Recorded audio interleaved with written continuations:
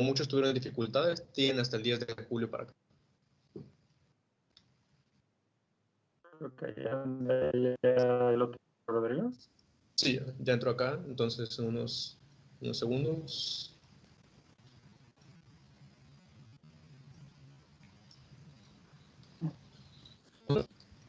Antes que nada, muy buenas tardes a todos aquellos que nos están viendo y bienvenidos nuevamente a otra sesión del coloquio de tesis e investigación. De parte de la Asociación Estudiantil de Ingeniería Física, les mandamos un cordial saludo y les presentaremos ahora al ponente del día de hoy. El día de hoy nos acompaña el doctor Alberto Quijosa, que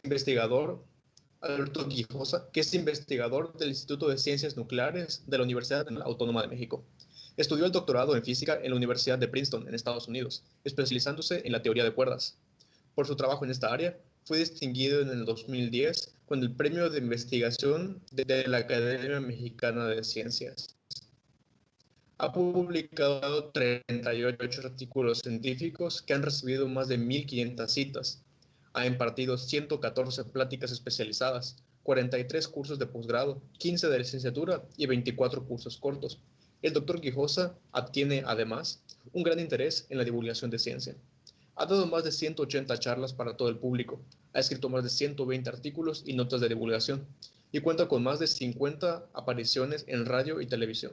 Participó en de divulgación sobre física moderna y un programa televisivo multipremiado de divulgación sobre los trabajos de Albert Einstein en 1905. Así, sin más preámbulo, le damos la bienvenida al doctor Quijosa para que nos comparta su plática del día de hoy. Muchas gracias. Gracias, Rodrigo, por la presentación y déjeme, voy viendo acá compartir mi pantalla. Creo que ya me ven. Sí, sí se ve todo. ¿Y ven, por cierto, mi cursor? Creo que sí, ¿verdad? Sí. Bueno, perfecto. Bueno, pues gracias otra vez por la presentación y gracias por la invitación a Rodrigo, Isaac, también por la conexión. Gracias a toda la EIF y felicidades por estar organizados para este método de que gente les cuente sus temas. Seguro será bueno por cultura general, pero además espero que sea útil para aquellos de ustedes que eventualmente quieran dedicarse a la investigación o quieran carrilarse su posgrado en física, pues esperemos que esto les sea útil. Bueno, entonces yo en particular les voy a contar acá en términos generales sobre el tema al que yo me dedico. Es un tema dentro de teoría de cuerdas, algo que se llama la correspondencia holográfica. Les voy a dar esta plática, por experiencias previas encuentro que es mejor darlo a un nivel no técnico, porque así incluso estudiantes de primeros semestres o hasta el público general lo pueden entender. Entonces la idea es, creo que esta plática le resultará como a un nivel más básico que quizás otras que han tenido en esta serie. Es mejor así, entiendo yo, porque así no nos atoramos en detalles técnicos, pero por supuesto, si cualquiera de ustedes quiere más detalle, precisión matemática o más detalle así conceptual técnico, pregunten y con confianza lo platicamos. Entonces, bueno, voy a iniciar ya la charla en sí. Inicio con una pregunta que es, ¿existe la gravedad? Pues parece pregunta capciosa. Una segunda pregunta, ¿cuántas dimensiones tiene el espacio?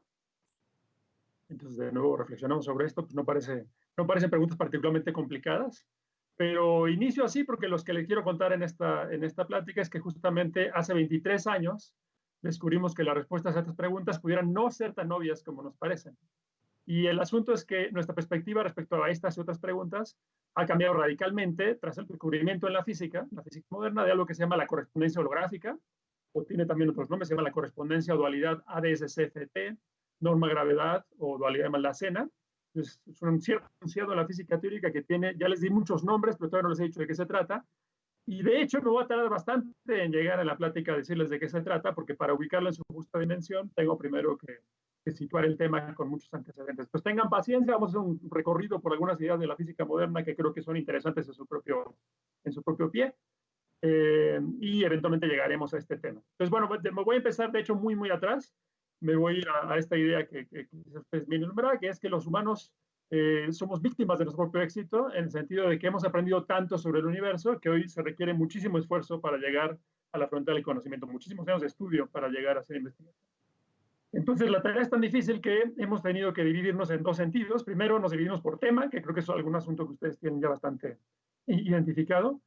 Todos ustedes saben que hay diferentes ramas de la ciencia, entonces aquí estoy dando algunas y estoy destacando la física porque pues eso es lo que voy a hablar. Saben también, creo que todos vislumbran que dentro de cada rama de la ciencia, en este caso dentro de la física, hay distintas áreas en las cuales la gente trabaja y se especializa. Pues aquí pongo algunos cuantos ejemplos. Y yo trabajo en el traslape de dos áreas de la física de partículas, que también se llama física de altas energías, y la gravitación. Entonces estoy destacando esas dos. Entonces aquí creo que es bastante conocido. Lo que quizás no vislumbran tanto todavía es que hay todavía mayor grado de especialización, porque dentro de estas áreas todavía hay subáreas. Entonces hay muy distintos temas ya más especializados en los cuales la gente trabaja y cada uno tiene su profundidad. Entonces la gente se dedica de lleno a alguno de estos temas típicamente de tiempo completo. Yo estoy resaltando teoría de cuerdas porque ahí es donde yo trabajo. En realidad trabajo también en traslape con esto que se llama teoría de campos. Entonces, bueno, ahí vamos. Ahora, en realidad podría continuar aquí porque resulta que incluso dentro de una subárea como teoría de cuerdas hay muchísimos temas todavía que repartir. Entonces esto es simplemente para resaltarles que en la física moderna estamos ultra especializados a un grado que es difícil realmente de transmitir. O sea, cada quien pasamos años y años y años tratando de llegar a comprender una esquinita de la ciencia y luego resulta que no le entendemos ni al vecino. Entonces, así es como tenemos que trabajar. Pero bueno, como quiera, este asunto de que estamos divididos por tema, creo que es algo que más o menos ustedes ya lo tienen conocido. Lo que yo en realidad quiero resaltar aquí es el otro aspecto, que es que también estamos separados o divididos por modo de trabajo. Nos organizamos por tribus que hacemos diferentes cosas. Entonces, en particular, dentro del área en la que yo estoy, que es la física de partículas, como le decía, o física de altas energías, pues una primera subdivisión por modo de trabajo que ustedes conocen es que por un lado están los físicos llamados experimentales, que se dedican a pues interrogar a la naturaleza para saber qué es lo que ocurre allá afuera. Y por otro lado estamos los físicos que somos teóricos y nuestra tarea es tratar de entender por qué es que eso ocurre, tratar de explicar en la medida de lo posible por qué es que ocurre eso que nos están contando nuestros amigos experimentales. Con esta división la conocen ustedes. Lo que probablemente no conocen es que dentro de cada una de estas dos tribus hay subtribus, y entonces los experimentales los podemos dividir al menos en dos grupos. Los que llamamos instrumentistas, que se dedican a diseñar y construir nuevos detectores y experimentos. No sé si todos lo saben, pero en la física de partículas los experimentos son cosas gigantescas, máquinas gigantescas, aparatos gigantescos que requieren colaboraciones de miles de personas. Entonces, diseñar y construir nuevos detectores y experimentos es una tarea de tiempo completo, muy complicada, y entonces pues, hay gente que está dedicada de lleno a eso. Por otra parte, entre los físicos experimentales están los que llamamos analistas. Su tarea es procesar y analizar los datos que surgen de esos experimentos. Entonces ellos están nada más en la computadora, ya sea haciendo simulaciones de experimentos por venir o por diseñarse, o recabando los datos y analizándolos de los experimentos que ya se tienen. Y de nuevo, es una tarea dificilísima y de tiempo completo. Bueno, similarmente, entre los físicos teóricos, y eso es algo poco conocido, por eso quiero empezar por ahí, hay una subdivisión, al menos en dos grupos, a grandes rasgos. Están por un lado los físicos teóricos llamados fenomenólogos, y cuya tarea es sintetizar los datos en fórmulas. Entonces los fenomenólogos son físicos teóricos que se hablan con los físicos experimentales y tratan de ver qué está sucediendo allá afuera y describir eso con fórmulas o a la inversa usar fórmulas para predecir lo que pudieran encontrar los experimentales. Pero una segunda subtribu dentro de los teóricos somos los que podríamos llamar teóricos formales, que ese es mi caso, por eso lo destaco aquí, y eso es lo que quiero resaltar. Nuestra tarea es estudiar las propias fórmulas y con ello pues tratar de entenderlas mejor y también crear nuevas fórmulas, desarrollar nuevas fórmulas o desarrollar nuevos conceptos y herramientas. Entonces nosotros estamos viendo esta tecnología en sí que son las fórmulas y nuestra tarea de tiempo completo es estudiarla. Entonces, un punto importante aquí al que estamos llegando es que la física en realidad tiene no uno sino dos suministros básicos. A todos nos es obvio que la física, siendo una ciencia experimental, pues necesita datos. Sin datos del mundo real no hay física, o no hay ciencia más en general. Y justamente los datos recabar los datos es la tarea de los instrumentistas. Pues eso es lo que hacen ellos.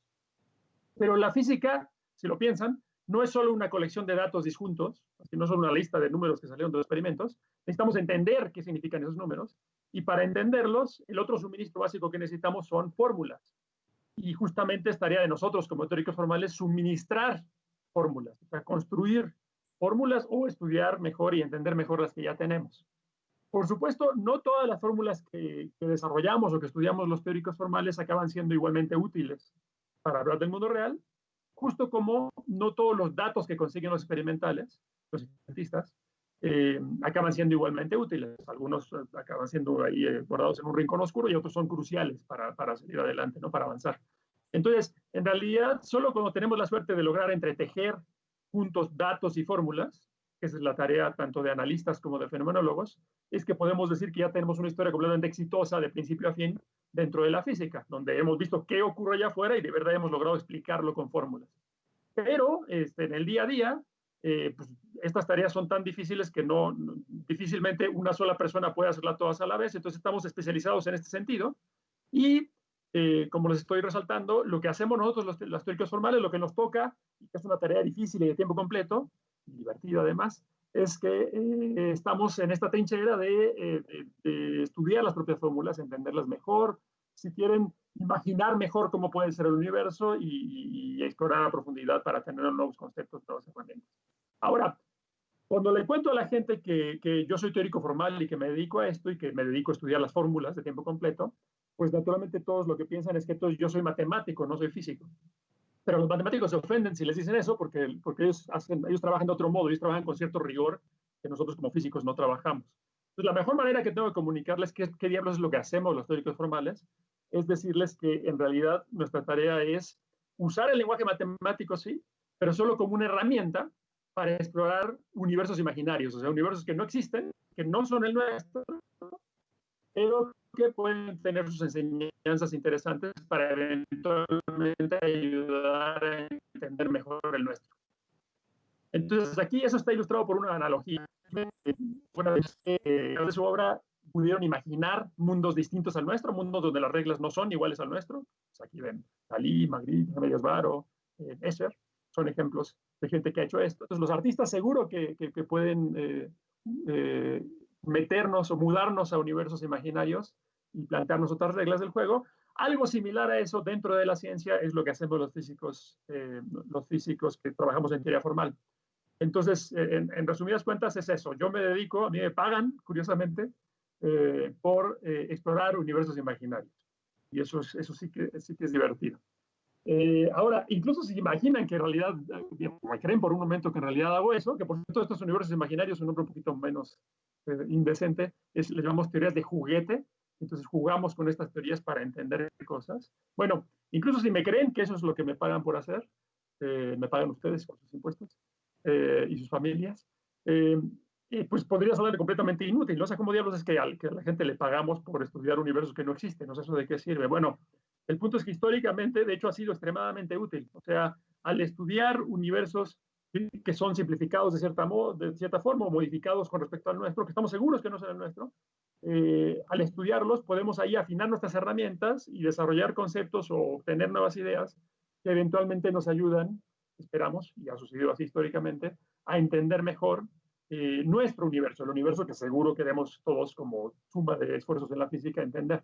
Entonces, contrario a lo que pudiera parecer, esta tarea que parece completamente ociosa de estar elucubrando explorando universos que no existen, De hecho, es tremendamente útil, ha sido tremendamente útil y por eso es que nos pagan por hacerlo y por eso es que nos permiten divertirnos hacerlo. Ahora, si por un momento me creen que de hecho esto puede ser no completamente inútil, sino que puede servir para aprender algunas cosas, como las que les voy a contar más adelante en la plática, de todos modos pensarían, bueno, pues si son universos que no existen, pues es imposible explorarlos, porque pues no hay manera posible que yo me trepe en una nave y me vaya para allá. Pero interesantemente, ahí es donde interviene el poder del lenguaje matemático. Yo puedo escribir una fórmula que condensa lo que sabemos sobre algún universo. Esto, por ejemplo, son unos garabatos que tienen que ver con elementos que luego desglosa además respecto a lo que entendemos en detalle de nuestro universo.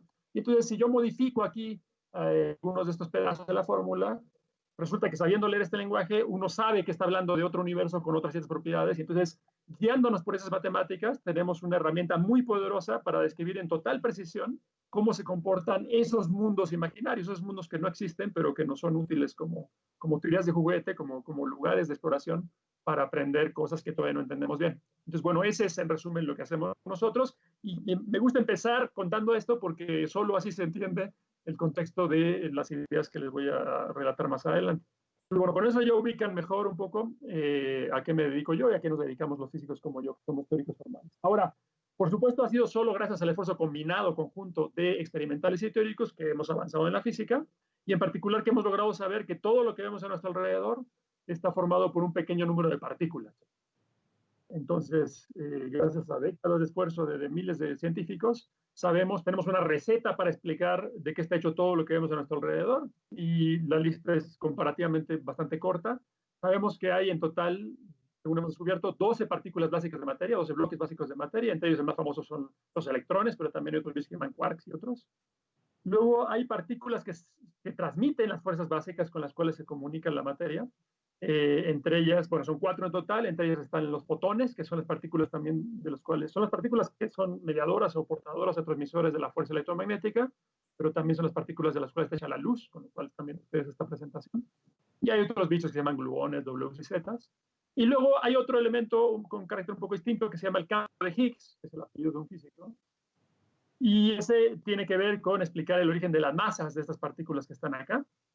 Y está asociado en particular a la famosa partícula de Higgs o bosón de Higgs que se descubrió apenas hace unos y mereció un premio Nobel.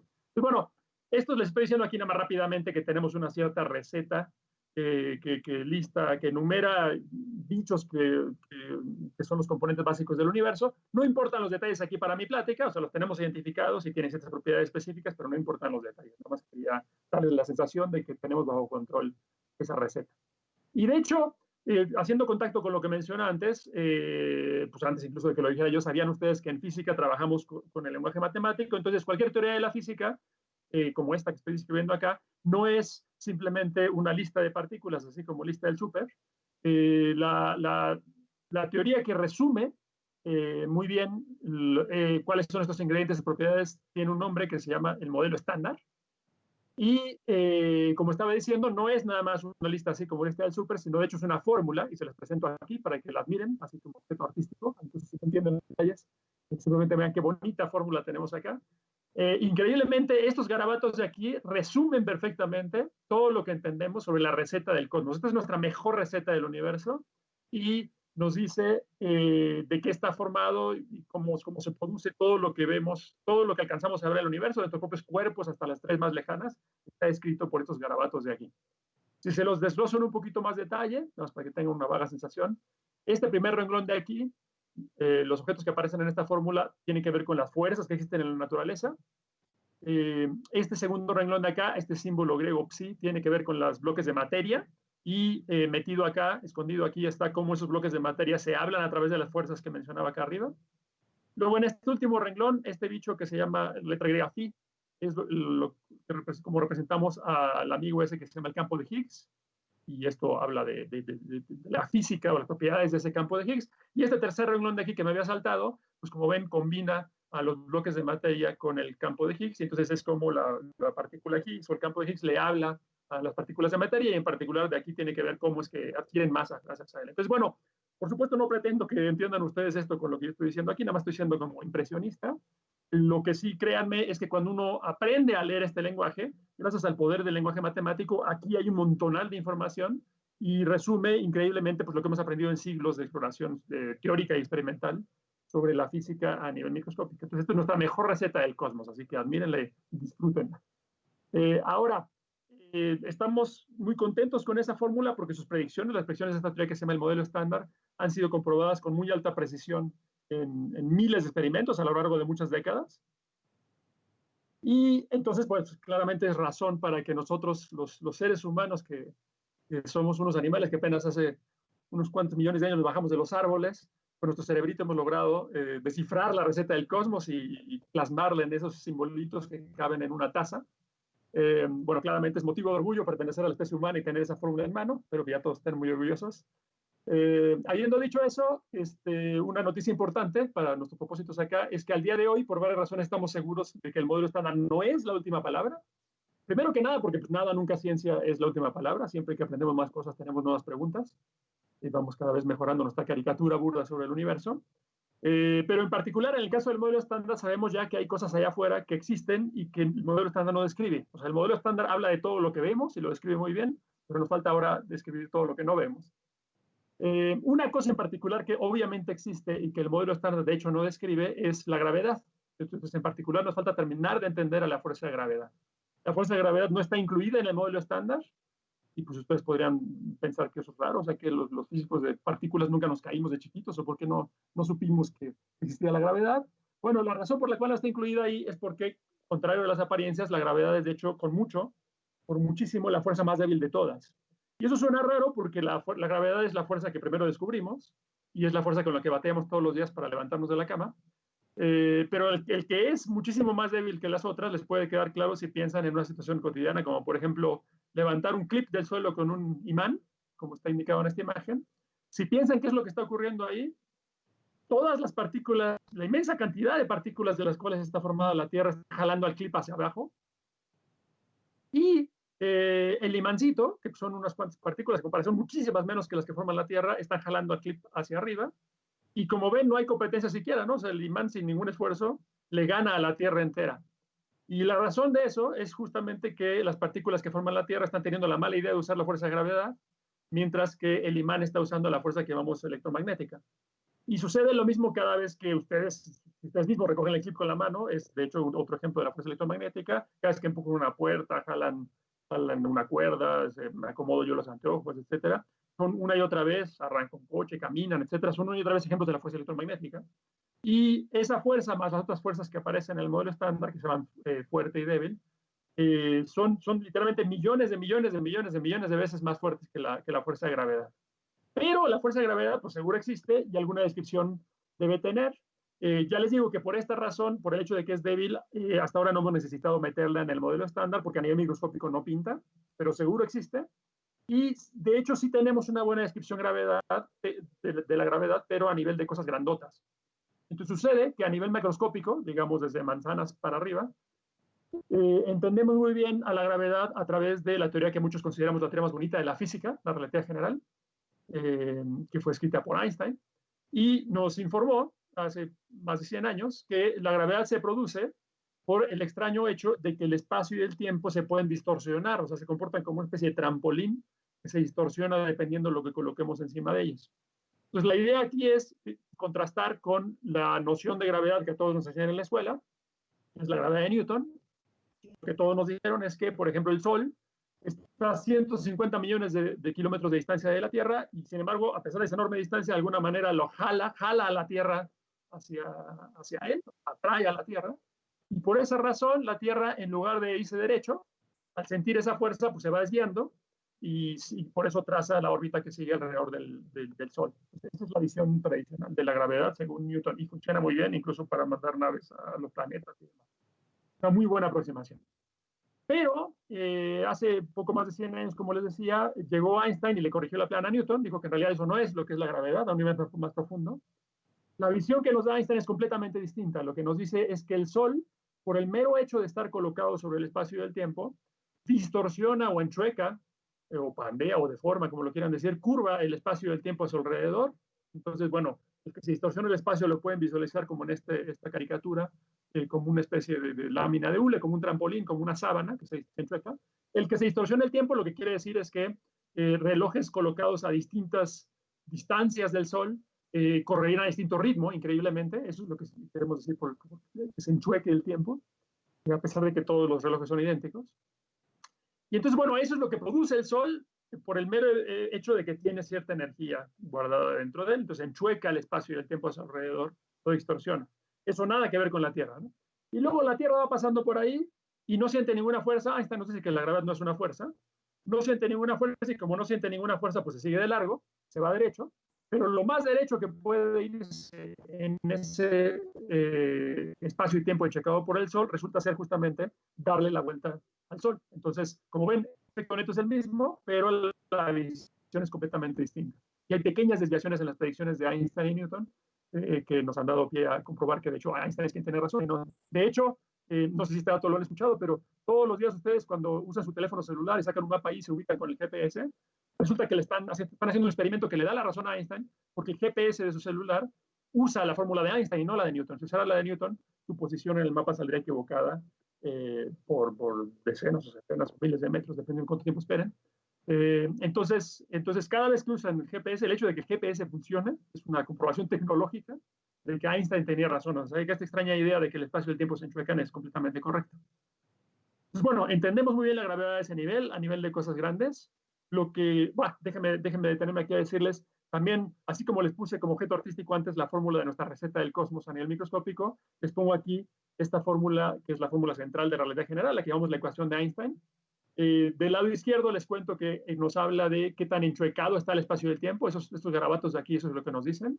Y del lado derecho nos habla de cuánta energía y otras cantidades similares hay en cada punto del espacio y el tiempo. Entonces, esto de acá es lo que enchueca el espacio y el tiempo y el efecto de esa distorsión se resume acá. Eso es lo que nos cuenta esta fórmula, que es la ecuación de Einstein. Y como les dije antes, muchos consideramos esta la fórmula más bonita de la física, la teoría más bonita de la física. Como ven, está escrita aquí en un tren abandonado en Bolivia. Antes la fórmula de la receta de lo microscópico la escribimos en una taza. Está, por cierto, a la venta en un laboratorio en Europa. Si la quieren comprar. Y esta, en cambio, se refiere, por lo general, a la gravedad es dominante a nivel de cosas grandes. Entonces, está escrita en algo grande. Está escrita en este tren abandonado en Bolivia, que hasta donde sé no está a la venta. Bueno, ahora, esta fórmula funciona súper bien. Describe con éxito la gravedad en el sistema solar, en galaxias, en cúmulos o supercúmulos de galaxias, o incluso la evolución del universo en su conjunto está muy bien descrita por la relatividad general. Entonces, en ese sentido, a nivel de cosas grandes, estamos muy contentos con la descripción que nos dio Einstein. Pero ¿cuál es el pendiente entonces? Les dije que algo nos falta entender sobre la gravedad. Bueno, justamente nos falta entenderla en el otro extremo, que es a nivel microscópico.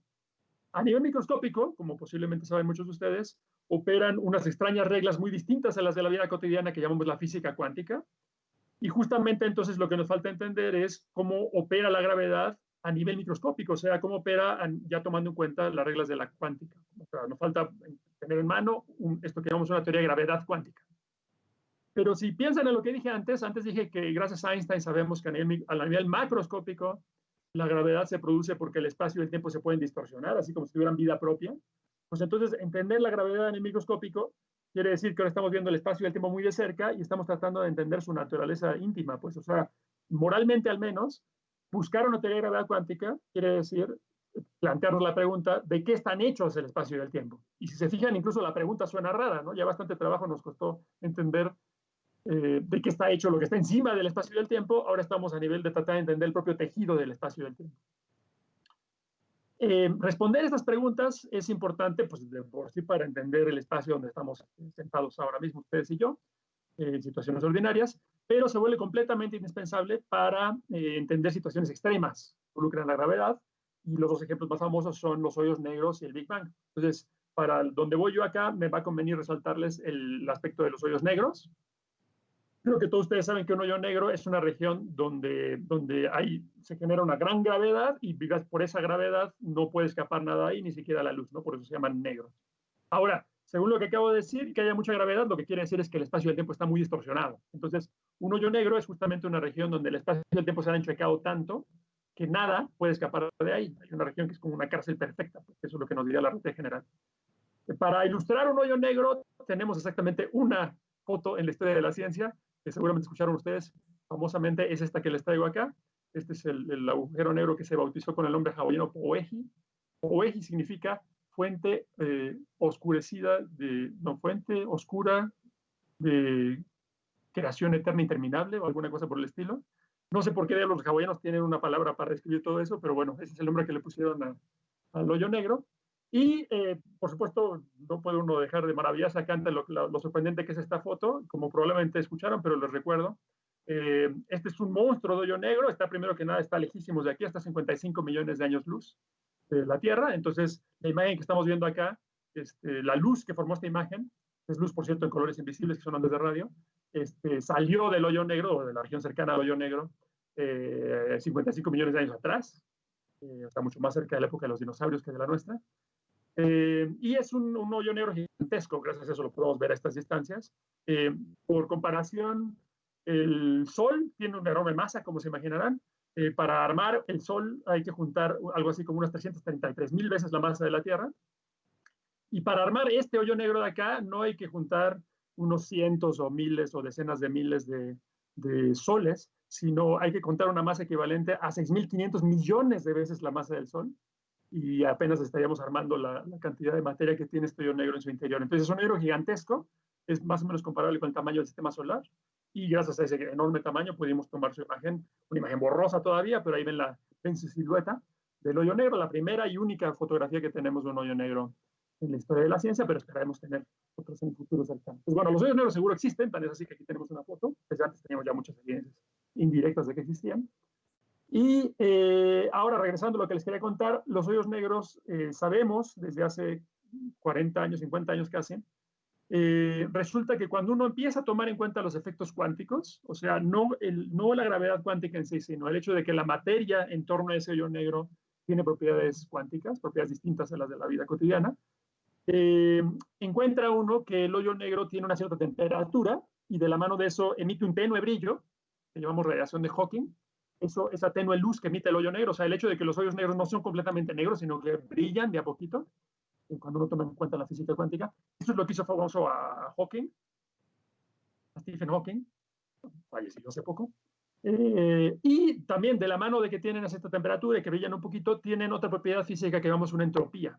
Y creo que muchos de ustedes saben lo que es la entropía, pero bueno, déjenme aquí dejarlo nada más en general, que entropía es una medida, un número que cuantifica como cuánta información tiene nuestro sistema. O sea, tiene la idea de que puede estar como en distintas configuraciones el sistema del que estamos hablando, y junto con eso puede almacenar cierta cantidad de información. Entonces, en el sentido más moderno, entropía, nada más una manera de decir cuánta información puede tener guardada nuestro objeto. En fin, entonces el punto es que sabemos, pues creemos con bastante confianza, desde unos cálculos que se hicieron hace casi 50 años, que los hoyos negros, de hecho, en un nivel más profundo, no son completamente negros y tienen estas propiedades que llamamos, bueno, que son temperatura y entropía, en ciertas cantidades específicas, ¿no? Dados por unas fórmulas que desarrollaron los señores Hawking y Beckett. Bueno, ahora, lo que les quiero decir es que justamente eso es lo que nos falta por entender mejor, porque para entender bien cómo surgen esas propiedades, y además para entender lo que hay en el interior de los hoyos negros, o incluso para entender si los hoyos negros tienen en realidad un interior, cosa que no estamos del todo seguros al día de hoy. Quizás vieron la película esta que se llama Interestelar, que justamente parte de la trama es que no sabemos qué hay adentro del hoyo negro. Bueno, eso es totalmente real, no estamos seguros siquiera si hay un interior. Bueno, para esos propósitos, ese es el ejemplo perfecto por el cual nos es urgente tener en mano una teoría de gravedad cuántica. Solo cuando entendamos la gravedad a nivel microscópico podremos responder estas preguntas. Ahora, nada más por contraste, déjenme recordarles las fórmulas que les mostré antes, o las teorías de las que hablé antes, que resumen cosas que entendemos muy bien, justo no son una teoría de gravedad cuántica. ¿Por qué? Bueno, pues les hablé, en segundo término, les hablé de relatividad general. Esa es una teoría de gravedad muy exitosa, pero no es cuántica, esa no contiene la cuántica, no contiene una descripción que sea válida a nivel microscópico. Y en el sentido contrario, primero les hablé de esta teoría que se llama el modelo estándar, que sin duda es una teoría cuántica, es una teoría que aplica a nivel microscópico, perfectamente, pero es una teoría en donde a propósito dejamos fuera de la gravedad. Es una teoría cuántica sin gravedad. Así que ninguna de esas dos hace lo que queremos. De alguna manera necesitamos combinar las dos ideas para tener una teoría de gravedad cuántica que en particular, entre otras cosas útiles, nos permitiría entender mejor los hoyos negros. Y también tiene su relación con entender mejor el posible origen del universo en el Big Bang. Bueno, entonces eso es algo que no tenemos en mano. Y pues en la frontera actual de la ciencia, de la física, se están explorando varios candidatos, entre ellos la teoría de cuerdas, que es a lo que yo me dedico, y entonces es lo que me dispongo ahora a contarles brevemente. Entonces, bueno, que les quede claro, hasta ahorita les conté cosas que ya entendemos bastante bien de la física moderna, y cosas muy interesantes, de las cuales obviamente se podría hablar muchísimo más. De aquí en adelante voy a hablar de cosas que son mucho más inciertas, porque son cosas que apenas están en construcción. En particular les voy a hablar ahorita de esta teoría que se llama la teoría de cuerdas. Es muy fácil resumirles de qué se trata la teoría de cuerdas. Lo podemos hacer como haré a continuación. Como les mencioné, hasta ahorita nuestra mejor comprensión del mundo de la receta del cosmos es que está hecha de estos sujetos que llamamos partículas. Las partículas, yo aquí en mi presentación lo estoy poniendo como si fueran como pelotitas, que de hecho, como probablemente ustedes se los imaginan, un electrón, por ejemplo, se lo imaginan así como una pequeña canica muy chiquita. Pero de hecho, en nuestras fórmulas aparecen como puntitos sin tamaño alguno. Eso es lo que son las partículas para nosotros. Y hasta ahorita eso funciona bien y empata bien con los experimentos. Bueno, la propuesta básica de la teoría de cuerdas es reemplazar esto, modificar esto, decir que en lugar de que el universo esté hecho de puntitos, resultaría que, si la teoría de cuerdas tuviera razón, que esos puntitos, esos aparentes puntitos, si los viéramos con una especie como microscopio, entre comillas, muy potente, encontraríamos que no son en realidad puntitos, sino que son más así como curvitas, como trocitos de hilo, como estoy indicando aquí, o si quieren como liguitas muy chiquititas, que a falta de mejor nombre, eso es lo que llamamos cuerdas. Entonces, esa es la idea básica de la teoría de cuerdas, que el mundo está hecho no de puntitos, sino de curvitas, de liguitas o de cuerditas. Por supuesto, si en verdad fuera cierto esto, pues tiene que ser que estas cuerditas son más chiquitas que las distancias más chiquititas que hemos explorado hasta ahorita, que como estoy indicando ahí, son algo así como una 100 trillonésima de metro. O sea, hay que agarrar el tamaño de un ser humano, partirlo en 1.000.000 de pedazos, eso partirlo todavía en 1.000.000 de pedazos, eso a su vez, un pedacito de eso partirlo en 1.000.000 de pedazos, eso todavía partirlo en 100, y apenas estaremos llegando quizás al tamaño máximo que pudieran tener estas cuerdas, si acaso existen, ¿no? Si acaso realmente es así, ¿no? Entonces, bueno, ya, esa es la idea básica de la teoría de cuerdas. Probablemente muchos de ustedes ya la habían escuchado y probablemente estarán de acuerdo conmigo que es una idea bastante sencilla de transmitir, ¿no? O sea, esto de reemplazar puntitos por cuerditas. Eso es esa es la gran propuesta de la teoría de cuerdas, la ingeniosa propuesta de la teoría de cuerdas. Pero bueno, si ya entienden eso, si ya tienen claro eso, pues también estarán pensando que es una idea terriblemente babosa, ¿no? O sea, ¿por qué reemplazar a las cuerdas, a los puntitos por cuerditas y no por otra cosa como tornillos o demonios de Tasmania? ¿Por qué? O sea, ¿de qué sirve en particular hacer cuerditas? ¿Eso para qué? Bueno, pues lo interesante ahí es lo siguiente. Las partículas, mientras que el mundo está hecho de partículitas, sabemos que las partículitas no pueden hacer nada más que moverse de un lado al otro, de un sitio al otro.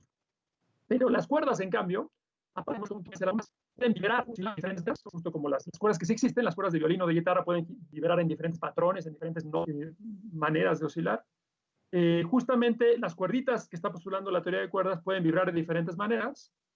Y ahora, importantemente, como enfatizé al principio de la plática, la física no se trata nada más de hacer dibujitos y echar rollo como estoy haciendo aquí en esta plática simplificada, se trata de hacer cálculos. Y lo interesante es que cuando uno hace cálculos con esta idea, o sea, uno pone en matemáticas, en fórmulas, esta idea aparentemente babosa de que los ingredientes básicos del universo sean no puntitos, sino curvitas, o sea, liguitas, y agregamos que satisfagan las reglas de la física cuántica, agregamos que satisfagan las reglas de la relatividad especial, que es el nombre que le damos a esta idea que nos enseñó Einstein, de que el espacio y el tiempo están emparentados. Bueno, agregamos todo eso y encontramos algo interesante, que es que una cuerdita de estas vibrando, si está vibrando de cierta manera específica, bueno, vista desde lejos parece un puntito, eso no es lo interesante, cualquier cosa vista desde lejos parece un puntito. Lo interesante es que al parecer un puntito, es decir, una cierta partícula, si está vibrando de una cierta forma, los cálculos nos indican que puede tener una cierta carga eléctrica, una cierta masa, etcétera, ciertas propiedades que nos hacen pensar, vista desde lejos, que es el puntito que llamamos un electrón. Entonces decimos, esta cuerdita vibrante, vista desde lejos, justo parece, por ejemplo, un electrón. Eso ya es algo novedoso, eso es algo que puede salir de los cálculos, no es algo que metimos a mano. Pero este mismo objeto, todavía más interesante, este mismo objeto, estas mismas cuerditas vibrando de otra manera distinta, al hacer los cálculos encontramos que quizás tiene aspecto no de un electrón ahora, sino de un quark, tiene otras propiedades, carga eléctrica, otra más, etc. Y entonces puede parecer un quark. Entonces aquí sí ya la cosa se pone interesante. Bueno, seguimos haciendo cálculos y encontramos que diferentes maneras de vibrar de estas cuerditas pueden dar lugar a bichos semejantes a, vistos desde lejos estas cuerditas vibrantes, a los bloques básicos de la materia que les dije rápidamente que tenemos identificados en el modelo estándar, los electrones, los quarks y otros objetos. Eso ya de por sí es interesante. Más interesante todavía, otras maneras de vibrar de las mismas cuerditas dan lugar a partículas que se parecerían a las partículas que existen en la naturaleza y que son las transmisoras de las fuerzas en el modelo estándar. Estos bichos que se llaman fotones, gluones, WZ. Entonces, bueno, con eso está muy bien. O sea, con esta idea que de entrada parece muy babosa, que es reemplazar puntitos por curvitas, por liguitas, por cuerditas, de pronto estamos logrando reproducir cosas similares a los bloques básicos de la naturaleza como los vemos a nuestro alrededor. Pero como regalo adicional, por si esto no fuera suficiente, siempre encontramos que haciendo los cálculos, otra manera adicional de estas cuerditas invariablemente da lugar a lo que llamamos un gravitón. ¿Qué cosa sería? Sería la partícula transmisora de la gravedad, pero a nivel microscópico. O sea, justamente eso que nos falta por entender, cómo se produce, cómo se origina la gravedad a nivel microscópico, eso es lo que logramos tener como novedad aquí sí, o sea, esto es lo que no entendíamos antes, con esta idea, de nuevo, aparentemente babosa, de reemplazar puntitos por curvitas. Entonces, eso ya nos entusiasma todavía más. Entonces, en resumidas cuentas, lo que estoy diciendo es que la visión a la cual nos conduce esta propuesta de la teoría de cuerdas es que nuestro universo visto muy de cerca, cualquier región de nuestro universo vista muy de cerca, tendría este aspecto. Sería simplemente muchas liguitas por todos lados, todas las liguitas idénticas, absolutamente idénticas, o sea, solo hay un ingrediente básico en el universo, esa es la propuesta, solo que ese ingrediente básico, estas cuerditas, pueden vibrar de muy diferentes maneras y dependiendo cómo vibren, las identificamos como, bueno, parecen ser electrones, quarks, fotones o partículas de Higgs o lo que sea. Entonces, esa es una propuesta muy atractiva, porque pues, más sencillo que eso no se puede, más sencillo que un solo ingrediente no se puede, así que esto sería, si acaso fuera cierto, la consumación, un gran sueño de la física. Y bueno, entonces déjenme enfatizar ahorita el resumen de lo que he dicho. Les he contado muy a la carrera que vislumbre pues que a partir de esta idea de que el universo está hecho de cuerdas, obtenemos sorprendentemente ingredientes parecidos a los del modelo estándar, lo cual ya de por sí es interesante, pero además algo que no teníamos con el modelo estándar, que es una descripción de la gravedad a nivel microscópico. Y encima, otras cosas que no he tenido tiempo de mencionar ahorita, pero quizás algunos de ustedes han escuchado, que son materia oscura y energía oscura. Estas son sustancias que sabemos ya que están allá afuera, que el modelo estándar no describe, que son invisibles, nos falta por entender de qué están hechas, y la teoría de cuerdas nos da también candidatos para explicarlo. Entonces, bueno, juntando todo esto, ya ven que la cosa pinta bastante bien, o sea, esto parece bastante prometedor. En el sentido en particular de explicar la gravedad, les dije que entender la gravedad a nivel micro nos debería permitir entender a los hoyos negros. Bueno, justamente sucede que usando las fórmulas o la herramienta de la teoría de cuerdas, las ideas de la teoría de cuerdas, hemos logrado reproducir correctamente lo que anticipamos que son la temperatura y la entropía de los hoyos negros, esas propiedades que les dije que Hawking y Bekenstein descubrieron, argumentaron hace 50 años que tienen. Entonces, el hecho de que estos cálculos salgan correctamente, o sea, que reproducimos correctamente las fórmulas con todo y numeritos, lo podemos contar como evidencia teórica a favor de la teoría de cuerdas, porque pudiera ser que nos da una descripción de la gravedad a nivel microscópico que no empata bien con lo que queremos entender de los hoyos negros, y sin embargo, no es así. Entonces, que la teoría de cuerdas funciona para esta aplicación. Entonces, bueno, juntando todo eso, pues ya imaginarán que nuestra principal ambición es que la teoría de cuerdas nos sirva como lo que arrogantemente llamamos una teoría de todo. O sea, ahora sí, extender el modelo estándar a una sola fórmula que incluya todo lo que se nos puso enfrente, ¿no? O sea, no solo el modelo estándar, sino la gravedad, la materia oscura, la energía oscura y todo lo que se necesita. Y pues la teoría de cuerdas, creo que es justo decir, es nuestro candidato más prometedor para hacer eso. Y por esa razón, pues cientos de físicos alrededor del mundo trabajan activamente tratando de hacer eso realidad. Por ejemplo, en México, les cuento que el más destacado físico para aplicar la teoría de cuerdas en esta dirección de tener una teoría que unifique todo, es Saúl Ramos Sánchez, que está en el Instituto de Física de la UNAM, un querido colega y amigo, actualmente sabático en Alemania, pero regresará en agosto, estará por acá. Entonces, bueno, esa es probablemente la idea que ustedes habían escuchado de la teoría de cuerdas, o muchos de ustedes habían escuchado. Esa es la ambición, la meta más famosa, más ambiciosa, sin duda, de la teoría de cuerdas. Pero habiendo dicho todo eso, y en particular habiendo resaltado las buenas noticias por las cuales pensamos que la teoría de cuerdas es prometedora para hacer esto, es importantísimo destacar que hasta la fecha no hay nada de evidencia experimental de que la teoría de cuerdas en realidad describa correctamente nuestro universo, en este sentido de teoría de todo. Entonces, pudiera ser que Saúl y compañía eventualmente tendrán éxito en decirnos que sí estamos hechos de cuerdas, pero pudiera ser también que no, ¿no? Entonces, no sabemos.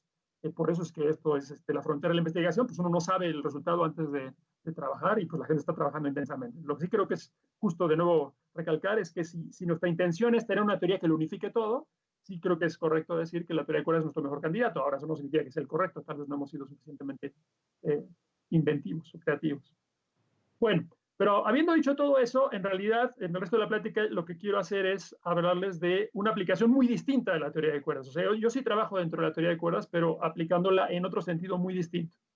Y en realidad, el objetivo acá va a ser no hablar de una teoría de todo, sino de una teoría de algo. O sea, vamos a ser mucho más modestos y tratar de tener una aplicación a la vez, usando el lenguaje de la teoría de cuerdas para entender una cosa a la vez, en un sentido mucho más pedestre. Bueno, para entender eso, déjenme regresar otra vez un poquito y decir lo siguiente. Hasta ahorita hemos mencionado algunos de los retos que nos motivan a ir más allá del modelo estándar, o sea, más allá de la mejor receta que tenemos hasta ahora del cosmos, a nivel micro.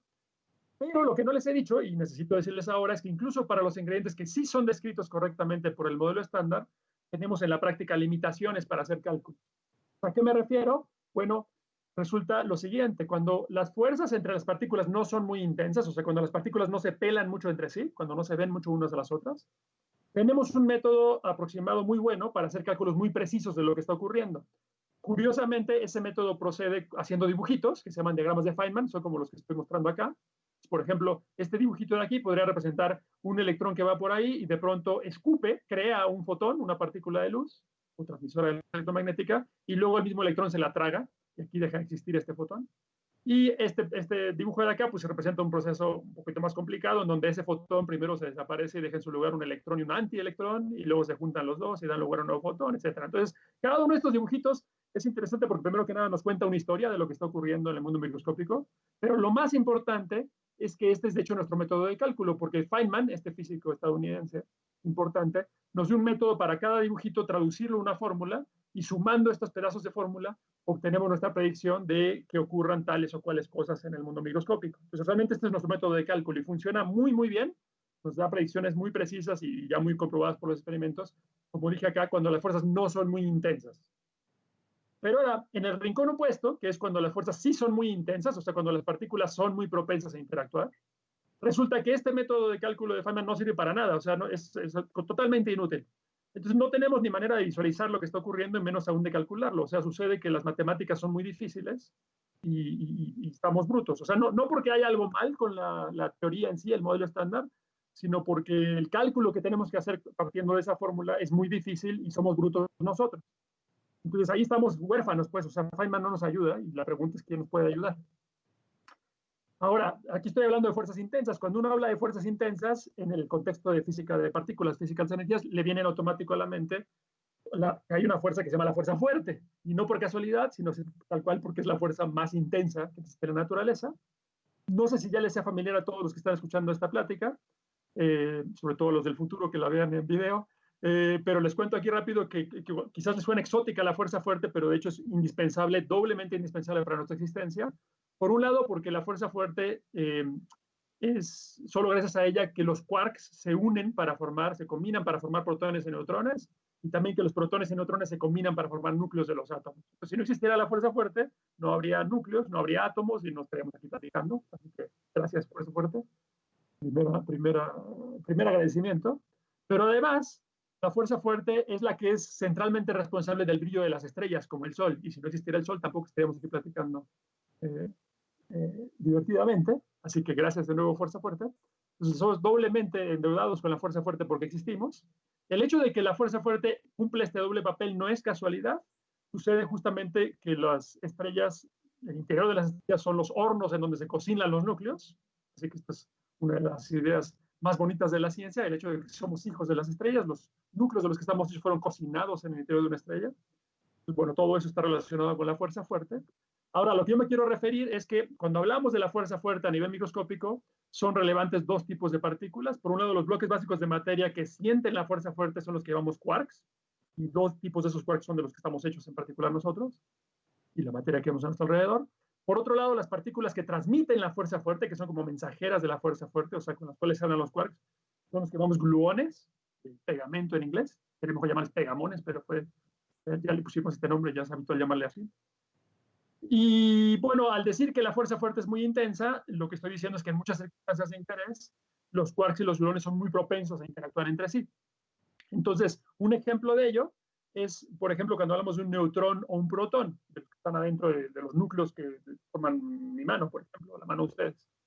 Es habitual escuchar decir que un protón o un neutrón está hecho de 3 quarks, pero la realidad es que eso es una mentira piadosa, porque esos 3 quarks están hablando por medio de la fuerza fuerte y eso lo hacen intercambiando gluones entre sí, y de la mano de eso van y otras partículas, y como la fuerza fuerte es muy intensa, está sucediendo todo el tiempo vehementemente, de tal forma que en realidad un protón dista mucho de ser nada más 3 particulitas como estas, es más bien algo como esto, o sea, es un montonal de pegándose en torno a esos 3 quarks que les dibujé primero. Entonces, un solo protón, un mísero protón de los 4 trillones que los forman ustedes, es una cosa complicadísima, es algo así como un camión de basura, como una cosa complicadísima dentro de él, y para entender un solo protón, justo no sabemos hacer los cálculos a mano. O sea, son matemáticas muy complicadas y Feynman no nos ayuda. Entonces, ese es un ejemplo de una situación con fuerzas intensas en las cuales no sabemos cómo calcular.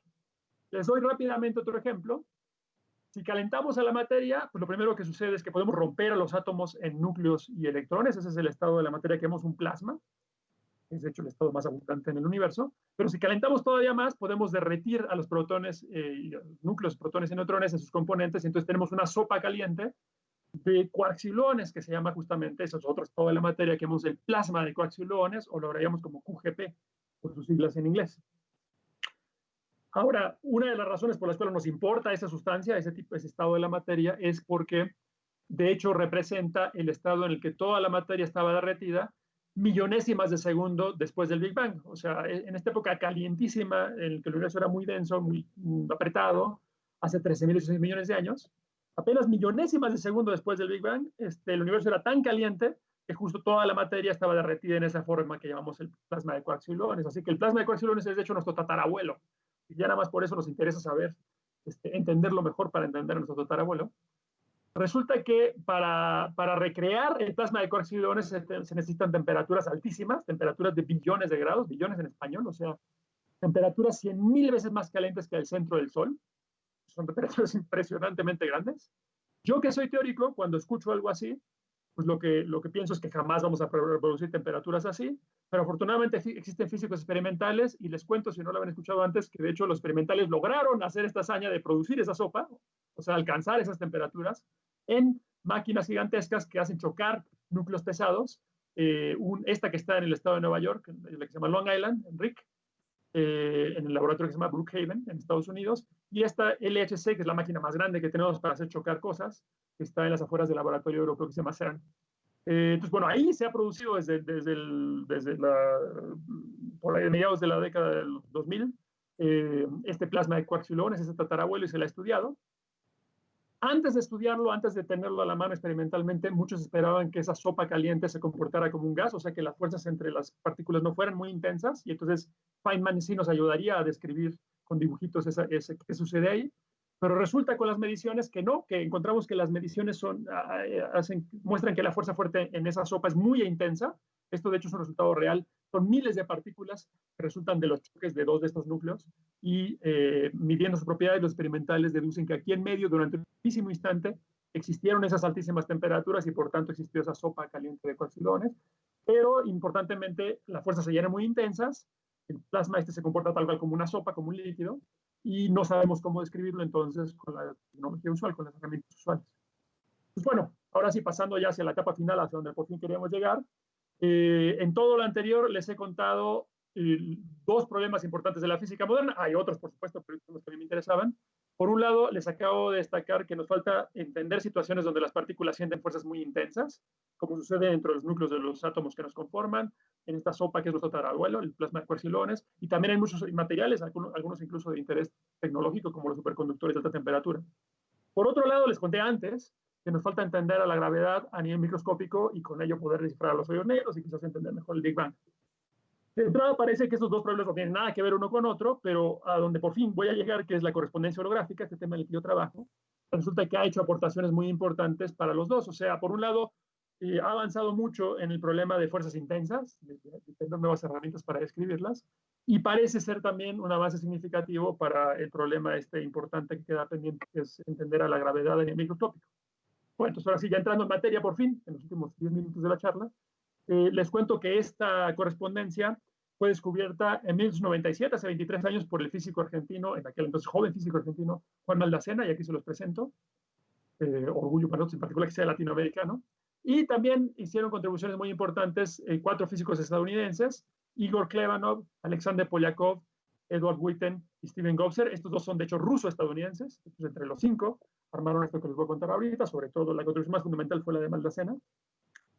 Y bueno, entonces ahora sí, ¿de qué se trata esta correspondencia? Bueno, para entenderlo, les voy a hacer un comparativo entre dos universos con propiedades distintas.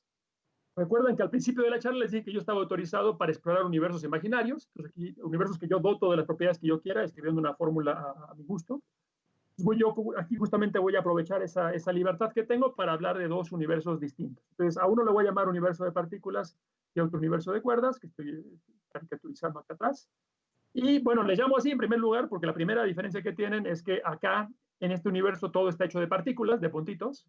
Y en cambio, en este universo de acá, todo está hecho de cuerdas, o sea, de curvitas, como dijimos antes. Bueno, ahora, de la mano de esa diferencia, sucede que en este universo yo voy a poner que no existe la gravedad, justo como en el modelo estándar es una teoría sin gravedad. En cambio, en este universo, porque hay cuerdas, inevitablemente sí existe la gravedad. Entonces, es una diferencia grandísima entre estos dos universos. Otra diferencia importante relacionada con la anterior es que aquí voy a poner que el espacio y el tiempo estén planos, que no estén insecados en absoluto, no existe la gravedad aquí. En cambio acá, el espacio y el tiempo sí se pueden enchuecar y de entrada voy a poner que están distorsionados, que están curvados de una cierta manera muy particular. Otra diferencia radical también, voy a poner que aquí existe la fuerza fuerte, por eso estoy indicando aquí caricaturescamente que hay gluones. En cambio, en este universo de cuerdas voy a decir que no existe la fuerza fuerte, perdón, entonces no hay nada que se le parezca a los gluones. Y la última diferencia que quiero resaltar, la más importante de todo, la más notable de todos, es que en este universo voy a poner que el espacio tiene 3 dimensiones, como parece que es el caso en nuestro universo. Y en cambio, en este universo de acá, como es de cuerdas, no lo había hecho hasta ahora, pero resulta que las cuerdas no se dignan vivir en cualquier universo. Las cuerdas nos exigen que el universo en el que vivan tenga más dimensiones, 9 dimensiones en total de espacio. Entonces, bueno, ya con este contraste, pues les queda claro que estos dos universos son tan distintos como pueden serlo, dos universos, o sea, sí tienen en común que son universos, pero solo eso. Si hiciéramos una analogía con libros en lugar de universos, pues podríamos pensar algo así como comparar El Principito con La Guerra y la Paz de Tolstoy. Tienen en común que son libros, pero son tan distintos como pueden ser dos libros, ¿no? Entonces, ese es más o menos al nivel que estamos hablando. Bueno, ubicados ya en ese comparativo, ahora por fin les digo que hace 23 años llegó Maldacena y con argumentos de cuerdas nos convenció de que a pesar de las diferencias, estos dos universos de hecho son el mismo, son uno mismo. O sea, él nos dice que a pesar de las marcadas diferencias entre estos dos universos, en realidad son solo un universo, son solo dos lenguajes distintos para hablar de lo mismo y existe una especie de diccionario que traduce entre ellos. Son como dos perspectivas distintas que podemos tomar para hablar de un solo sistema físico, de una sola situación. Entonces, Maldacena nos dice, este argentino Juan Maldacena nos dice que cualquier objeto que exista en este universo de partículas tiene su contraparte en el universo de cuerdas y viceversa. Cualquier proceso que pueda ocurrir en este universo de partículas puede ocurrir también en el universo de cuerdas y viceversa. Y lo más importante, cualquier cálculo que hagamos para hacer una predicción en este universo de partículas, si hacemos el cálculo correspondiente en este otro universo, el universo de cuerdas, que parece muy distinto, encontraremos que sale exactamente el mismo número. Entonces, este signo de igualdad aquí, es decir, que estos dos universos son iguales, son infinitas predicciones. Es decir, que una y otra vez todos los cálculos empatarán si los comparamos adecuadamente entre un lado y el otro. Entonces, si regresamos a nuestra analogía de los libros, sería como lo siguiente, o sea, sería como que Maldacena viene y nos dice, a ver, ¿conocen ustedes El Principito? ¿Ven que el original fue escrito en francés? Si lo conocen, ves que es un libro para niños y que sencillo así, sí, ok. ¿Conocen La Guerra y la Paz? Que fue escrito por Tolstoy en ruso, y que es un libro mucho más complicado, muy largo, no se los damos a leer a los niños, etcétera. Y nos dice Maldacena, bueno, ¿ven qué diferentes parecen esos dos universos?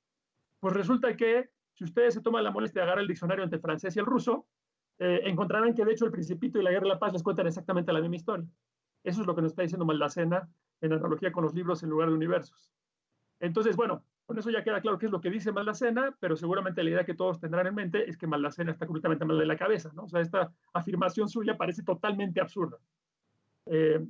Pensaría uno que que es tan ridículo esta igualdad, que apenas la primera cosa que compare, el primer cálculo que haga de un lado y del otro que compare, va a salir distinto y vamos a dejar de perder el tiempo y pasar a discutir otras cosas. Bueno, increíblemente, después de 23 años, se han publicado ya más de 15.600 artículos sobre este tema, se han hecho cientos y miles de comparaciones y una y otra vez encontramos que Maldacena tiene la razón. Entonces, parafraseando a Feynman, encontramos que además de absurda, esta idea es cierta. O sea, resulta que esta igualdad ridícula es cierta. Ahora, quiero resaltar primero que nada que la mera existencia de esta conexión es absolutamente sorprendente. Yo siempre digo que para mí, haber vivido en la época en la que se descubrió esto en la física ya hizo que valiera la pena vivir, porque yo todos los días llego a trabajo en este libro, no puede ser. Algo es cierto. El punto es que esta es una idea que no puede llamarse menos que revolucionaria, porque Maldacena nos está diciendo que la presencia o la ausencia de gravedad, o la pregunta de cuántas dimensiones tiene el espacio, pueden de hecho depender del punto de vista que adoptemos, que eso es lo que hace referencia a lo que mencioné al principio, mis preguntas al principio de la charla. Tomemos, por ejemplo, el caso de la gravedad. Si habitáramos en nuestro universo y alguien viene y nos dice, oiga, en este universo existe la gravedad, si adoptamos este punto de vista, el punto de vista del universo de partículas, pues voltearemos a nuestro alrededor, haríamos experimentos y diríamos, no, aquí las cosas no se caen, aquí seguro que no existe la gravedad. Pero si cambiamos a esta otra perspectiva, que es solo eso, solo otro punto de vista, este otro lenguaje, para escribir lo mismo, encontraremos entonces que sí, que las cosas seguro que se caen, que seguro que existe la gravedad. Y no es que uno tenga razón y otro no, es que la pregunta en sí de que si existe la gravedad o no depende del punto de vista que adoptemos. Eso es lo que nos está diciendo Maldacena, y eso es lo que parece absurdo, pero es cierto. Similarmente, en cuanto a las dimensiones, que quizás es todavía más radical, si alguien nos pregunta cuántas dimensiones tiene su universo, en este contaríamos 3, 1, 2, 3, son solo 3. En esta perspectiva contaríamos 9, y de nuevo las dos perspectivas son correctas, es solo un cambio de lenguaje al pasar de una a otra. Entonces, bueno, cuando hablamos de esto, por analogía, hacemos contacto con la idea de un holograma, porque un holograma, saben ustedes, que logra reproducir una imagen 3D a partir de una película que en esencia es plana, es dos-dimensional. Y entonces, análogo a eso, en esta idea extrañísima de Maldacena, resulta que el universo de partículas se las ingenia para capturar toda la información de un universo con más dimensiones. Entonces, en ese sentido es como un holograma. Y por eso le llamamos esto la correspondencia o equivalencia o dualidad holográfica. Ahora, Maldacena originalmente dijo esto en un par de teorías de la física, un par de universos imaginarios que eran bastante exóticos, pues hubiéramos por supuesto que nada más operaba ahí, pero de hecho con los años, ya han pasado 2 décadas desde entonces, hemos encontrado muchas parejas de universos imaginarios que coinciden de esta misma manera. Lo que tienen en común todos ellos es que uno no tiene gravedad y el otro sí, pero a pesar de eso son iguales. E interesantemente, dentro de todo este catálogo de parejas de universos que son increíblemente equivalentes bajo esta traducción sorprendente, hay algunos, hemos encontrado algunos que tienen cierto parecido con algunos aspectos de nuestro universo. Entonces ahí la cosa se pone todavía más interesante. Y mejor aún, el diccionario que traduce de un lenguaje a otro, este diccionario mágico de Maldacena, tiene una peculiaridad que es la siguiente, que traduce cálculos que son muy difíciles de hacer en este lenguaje, justamente porque las fuerzas son muy intensas, que lo que les dije antes que no sabemos hacer. Los traduce en cálculos que son fáciles de hacer de este otro lado, porque involucran fuerzas no intensas. Entonces, el asunto es que podemos situarnos en este lenguaje y hacer cálculos tan fáciles que hasta yo los puedo hacer, y aprender cosas que antes eran imposibles de aprender sobre este universo hecho de partículas con ciertas propiedades que nos interesan. Entonces, aquí ven que además de absurda y cierta, esta correspondencia de Maldacena se ha vuelto una herramienta muy útil. Y ya estamos sobre la hora, pero déjenme terminar nada más con un par de transparencias sobre un ejemplo de cómo hemos usado esta correspondencia. Enfatizar nada más que aquí, como ven, la teoría de cuerdas, o sea, este lenguaje de acá, lo pueden entender que nos sirve simplemente como una herramienta, si quieren una herramienta matemática, si lo quieren ver así para dormir tranquilos, para entender algunas cosas de este universo de acá que queremos entender y que antes no entendíamos. Entonces, déjenme darles un ejemplo y con eso voy a concluir.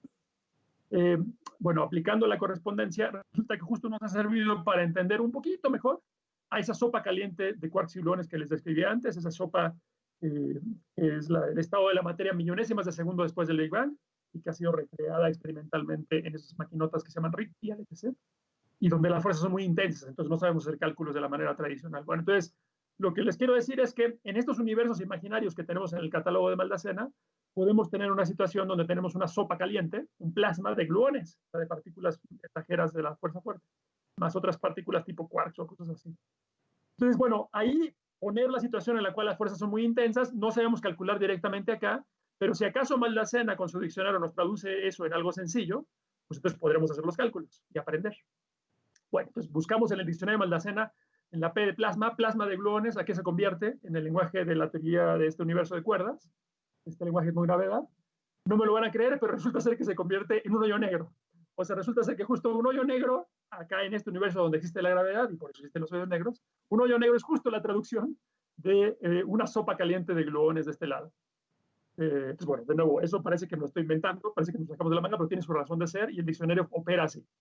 Si me creen que opera así el diccionario, pues entonces estaría afirmando que distintas propiedades de esta sopa caliente de gluones corresponden a distintas propiedades del hoyo negro. Entonces, una propiedad que les interesa a los experimentales en particular, que es interesante, es calcular la viscosidad de esta sopa, de este plasma de quarks y gluones, que tenemos aquí caricaturizado de cierta forma en este catálogo de Maldacena. Entonces, calcular la viscosidad, pues preguntarnos qué tan cajetosa es esta sopa de gluones. Interesantemente, esa es una cantidad que no sabemos calcular ni con las mejores supercomputadoras. O sea, no solo no lo podemos hacer cálculos a mano, sino ni siquiera las mejores supercomputadoras pueden decirnos qué tan cajetosa es una sopa, un plasma de gluones. Bueno, ahora entonces buscamos cajetosidad en la C, en el diccionario de Maldacena. Resulta que nos tenemos que preguntar qué tan probable es que nuestro hoyo negro de este lado absorba gravitones. Que acuérdense que los gravitones son las partículas transmisoras de la gravedad, ¿no? Pues bueno, parece que aquí formamos drogas muy potentes, pero eso es tal cual lo que se traduce. Entonces, fíjense aquí nada más lo que está pasando. Yo tengo amigos y colegas, de hecho, en mi instituto, en el Instituto de Ciencias Nucleares en la UNAM, que trabajan tal cual estudiando experimentalmente el plasma de quarks y gluones. Y entonces puede suceder que ellos vienen y me preguntan, oye Alberto, fíjate que tenemos estos resultados en los experimentos que nos permiten estimar vagamente la viscosidad, la cajetosidad de esta sopa. ¿Tú conoces alguna herramienta del lado de teoría que nos permita estimar eso? Y entonces yo les digo, ah, sí, claro, yo conozco esto de Maldacena. Miren, lo que tienen que hacer es agarrar un hoyo negro en más dimensiones, luego agarran unos gravitones, se los avientan y se fijan qué tan probable es que el hoyo negro se los trague, y con eso van a poder calcular la cajetosidad, la viscosidad de su sopa. Entonces, bueno, pues mis amigos se me quedan viendo y dicen, no manches, Alberto, ya lo perdimos. Llaman al manicomio que me lleven, por favor. Y bueno, que me están llevando ahí con camisa de fuerza y todo pataleando, les digo, no, esperen, hagan el cálculo y veamos qué sale. Entonces, bueno, interesantemente hacemos el cálculo y la predicción de esta herramienta mágica de Maldacena, esta herramienta absurda de Maldacena, es que la viscosidad del plasma de quarks y gluones vagamente, según esta caricatura burda que tenemos en nuestra teoría, debería andar por ahí en ciertas unidades de 0.1. Y para que tengan una comparación, otras sustancias del mundo real reportadas en estas nuevas unidades tienen más viscosidad. Por ejemplo, el helio líquido, que es muy poco viscoso, tiene una viscosidad más o menos de 1 en estas unidades. El agua es poco viscosa, pero tiene mayor valor de la viscosidad, 30 en estas unidades. La miel es mucho más cajetosa, por supuesto, 5.000. Y la brea, 100.000 millones, algo así vagamente. Entonces, bueno, esto no es para decir que en sustancias del mundo real la viscosidad anda en un rango enorme, ¿no? O sea, si yo trato de adivinar al azar la viscosidad de una sustancia, no la voy a atinar, simplemente no lo voy a atinar. Y además recuerden que esta predicción de aquí no viene de la viscosidad de nadie, lo que viene es de la probabilidad de que un hoyo negro, en más dimensiones, absorba gravitones. Y que pues, eso, menos aún va a tener esto que ver con el mundo real, ¿no? Bueno, a pesar de eso, comparamos con las estimaciones burdas del mundo real y fíjense lo que sucede. Sucede que nuestros amigos experimentales estiman de sus datos que la viscosidad del plasma de quarks y gluones, según los experimentos, anda por ahí de 0.1 o 0.2. Entonces ya ven aquí que alguien parece estar jugando con nuestros sentimientos, ¿no? O sea, o esto es una enorme casualidad, o de hecho parece que Maldacena y sus seguidores no estamos tan locos como parecíamos, y parece que esta herramienta funciona. Entonces es nada más un ejemplo, este ha sido el ejemplo donde más nos hemos acercado a una predicción cuantitativa. No es una predicción perfecta y firme, pero les da una idea de por dónde va el asunto. Y curiosamente, este método descabellado holográfico nos da la mejor estimación disponible a la fecha para, desde el punto de vista teórico, estimar la viscosidad de ese plasma del mundo real. Pues ya ven, es nomás una aplicación para una cosa muy concreta del mundo real. Dista mucho de ser una teoría de todo, pero andamos acercándonos a los experimentos, lo cual es algo muy interesante para darle que tiene de teoría de cuerdas. Bueno, como eso fue exitoso, pues ha habido muchas aplicaciones, ya no me detengo porque ya estamos pasados de tiempo. Ha habido muchas aplicaciones de otras propiedades de estas sopas de quarks y gluones. Algunos de esos fueron trabajos que nosotros hicimos desde aquí de México hace poco más de década, bueno, como por ahí 2006, 2008, así. Trabajamos en algunas de estas aplicaciones. Como eso fue exitoso, pues entonces hubo gente que se entusiasmó para explorar aplicaciones de la correspondencia a otros materiales con fuerzas intensas en otras ramas de la física, la materia condensada, física atómica, por ejemplo, superconductores, superfluidos, etc. y ahí las cosas también más o menos jalan, burdamente al menos. Y a raíz de todo este éxito, varios expertos a nivel mundial de la fuerza fuerte, del plasma de quarks y gluones, de los superconductores, etc., o sea, expertos de otras ramas de la física distintas a la teoría de cuerdas, se tomaron la molestia de aprender elementos de teoría de cuerdas, de aprender esta herramienta de holografía para usarla como método de cálculo en problemas de su interés. Como comprenderán, esto no sucede todos los días, no sucede que la gente que trabaja en superconductores se levante y dice, a ver, ¿en qué andarán la gente de teoría de cuerdas? O sea, para mí, esta es la mayor evidencia de que este método ya funcionó como herramienta de cálculo. No es perfecto, no tiene predicciones súper fines para el experimento, etcétera, pero vamos, ya resultó tan convincente que expertos de otras áreas trabajan con esta herramienta. Pues ya la teoría de cuerdas ya hizo esto por nosotros. Pues. Y en años recientes, la correspondencia holográfica ha hecho además contacto con todavía otra área muy interesante de la física, que es el área de información cuántica, que ya no tenemos tiempo de entrar ahorita, particularmente con la noción de entrelazamiento cuántico. Si tienen interés, ahorita en la sesión de preguntas, pregúntenme sobre esto de información cuántica, les puedo contar, les puedo mostrar un par de transparencias más para que sepan por ahí. Yo en los últimos años, de hecho, donde la dirección en que he estado trabajando es justamente en esta dirección de información cuántica, pero ahorita ya estamos pasados de tiempo, ya no me detengo.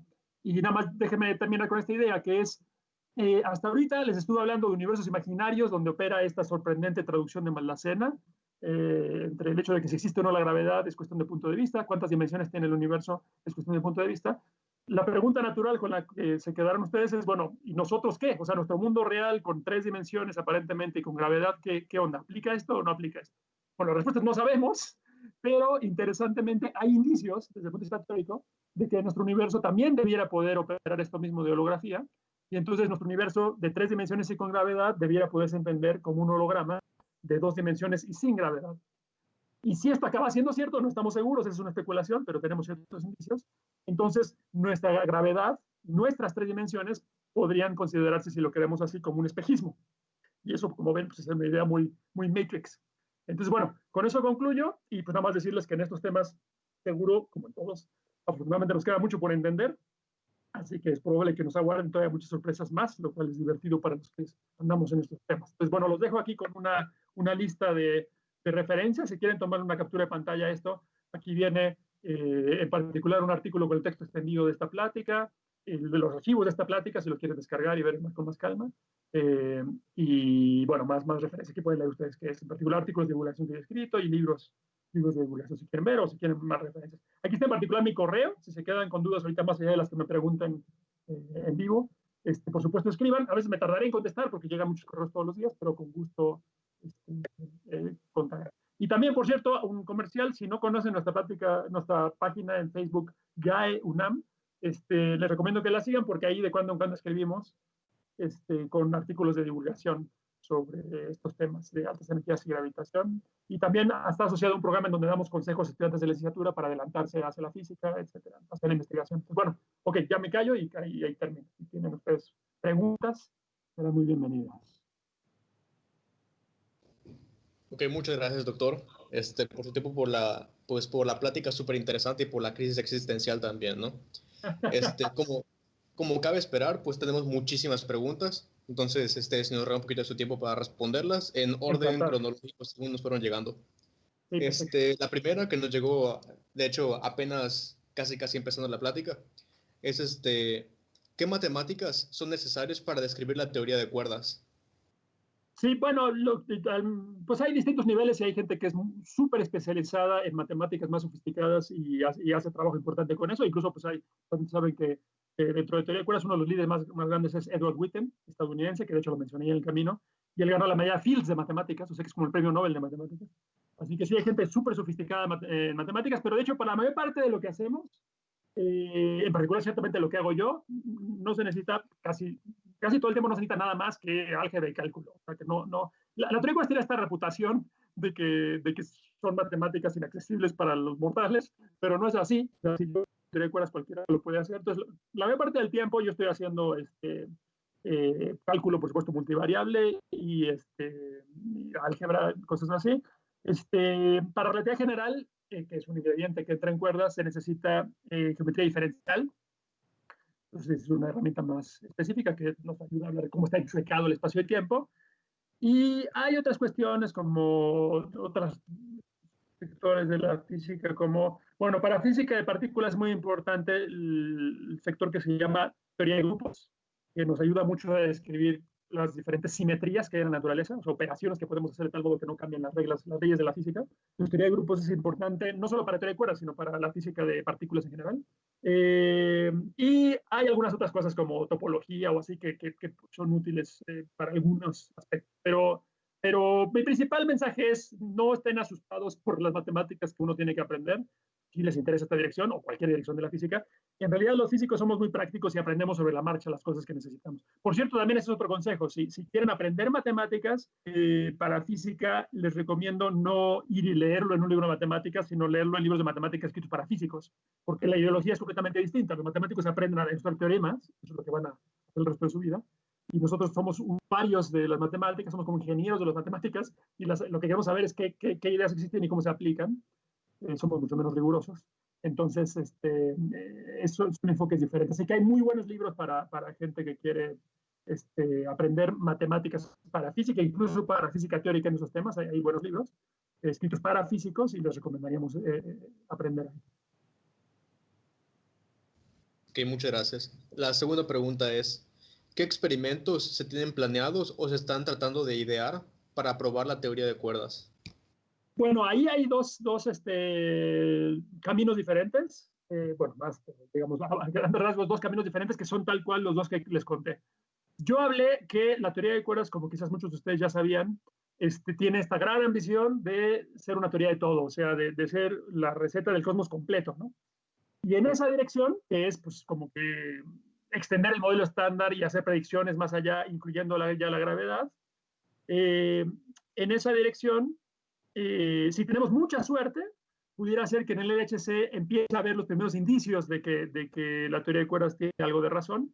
Y en el LHC, esa maquinota que está en las afueras de la ciudad suiza de Ginebra, el gran colisionador de hadrones, los experimentales tienen tal cual un programa de análisis de datos y demás en búsqueda de ingredientes que tienen relación con algunas predicciones que hace la teoría de cuerdas. En particular, hay una propiedad que encaja muy bien en la teoría de cuerdas que se llama supersimetría, que es atractiva por otras razones, que a los diversos físicos teóricos experimentales les gusta por otras razones. Se le ha buscado, se anticipaba mucho que ya se tendría que haber descubierto a estas alturas, pero hasta ahorita no hay indicios de ella. Pues puede ser que esté más lejos o puede ser que no exista, no lo sabemos, pero bueno, si se descubriera supersimetría en el HC, eso daría ciertos indicios como de que la teoría de cuerdas puede ir por buen camino. También esta idea de que hay más dimensiones en el espacio da lugar a ciertas predicciones de que, bueno, si esas dimensiones extra están ocultas de cierta manera, que les permitan ser suficientemente grandes, que podemos hablar de eso más en detalle si quieren, resulta ser que en choques de protones que se producen en el LHC, de cuando en cuando se podrían crear partículas que se escurren a otras dimensiones que nosotros no vemos, o otras dimensiones más allá de las tres que nosotros vemos. Y eso daría una señal muy característica de cosas que se nos pierden en los experimentos, de energía o momento que se nos pierden en los experimentos. Y bueno, con eso podríamos empezar a detectar que hay otras dimensiones a través de cosas que no vemos, a través de que nos faltan algunos factores en nuestras cuentas, digamos, que no nos dan el cambio bien en la compra que estamos haciendo ahí en el HC, en esos choques. Entonces bueno, ahí también se están buscando indicios de más dimensiones en el HC actualmente, y hasta ahorita no hay indicios de ello, pero de nuevo pudiera ser que eso cambiara, no sé, en un año o dos. También la teoría de cuerdas predice que hay justo como las partículas que vemos son ciertas notas en particular en las que vibran las cuerdas, pues siempre hay notas más altas en las que pueden vibrar, y entonces hay una infinidad de partículas que la teoría de cuerdas prediría correctamente que existen, y quizás si tenemos mucha suerte, las primeras repeticiones podrían empezar a verse o vislumbrarse en el HC, pero de nuevo, todos estos son simplemente caminos que podrían existir, no estoy diciendo que haya garantía de que eso vaya a funcionar. También ciertas mediciones que tienen que ver con información que nos llega del universo temprano, de la época que ronda el Big Bang, pudieran darnos indicios sobre física a altas energías, en choques muy violentos de partículas, etcétera, y también podrían ahí darnos, si tenemos mucha suerte, indicios sobre la teoría de cuerdas. Pero bueno, entonces todo eso es respecto a lo que no me dedico yo, ¿no? Sino se dedica, por ejemplo, Saúl Ramos, que les mencioné, que es esta meta de describirlo todo con cuerdas. Por otro lado, yo les hablé de esta cosa mucho más modesta, que es describir un sistema físico a la vez, una situación, una sustancia del mundo real a la vez. Por ejemplo, el plasma de quarks y gluones. Entonces, ahí, como ya incluso les mostré, tenemos cierta cercanía con los datos experimentales ya, lo cual es muy notable. Ahora, hay complicaciones, porque sucede que la teoría del mundo real que describe a ese plasma de quarks y gluones pues, es el modelo estándar. Ciertamente la parte dentro del modelo estándar que habla de la fuerza fuerte se llama la cromodinámica cuántica o QCD. Entonces, esa teoría sabemos que es la correcta para describir a la fuerza fuerte. Pero resulta que esa teoría no la tenemos todavía bien entendida en el catálogo de Maldacena para poderla traducir a este lenguaje de gravedad. Vemos que sí existe la traducción, pero no la tenemos bien entendida. Y hacer cálculos sencillos para aprender cosas difíciles. Entonces, lo que hacemos es, en lugar de usar el modelo estándar, en lugar de usar QCD directamente, nos pasamos a una teoría que es como prima de QCD, una como copia burda, digamos, de ese plasma de quarks y gluones, una caricatura burda. Y en esa teoría, que sí tengamos en el catálogo de Maldacena, nos pasamos a lo de gravedad y hacemos cálculos sencillos. Y ahí hacemos predicciones, y entonces son predicciones burdas para lo que pudiera ocurrir. Interesante que esas predicciones burdas más o menos andan en acuerdo con los experimentos, pero no son predicciones súper firmes. Digamos, son indicios a favor de. Hay, entonces ya nada más para terminar la respuesta a esa pregunta, hay intención de hacerlo un poco al revés, que es en sistemas que se pueden modelar o simular con redes de átomos ultrafríos que se ponen en ciertas condiciones y qué sé yo, resulta que los experimentales pueden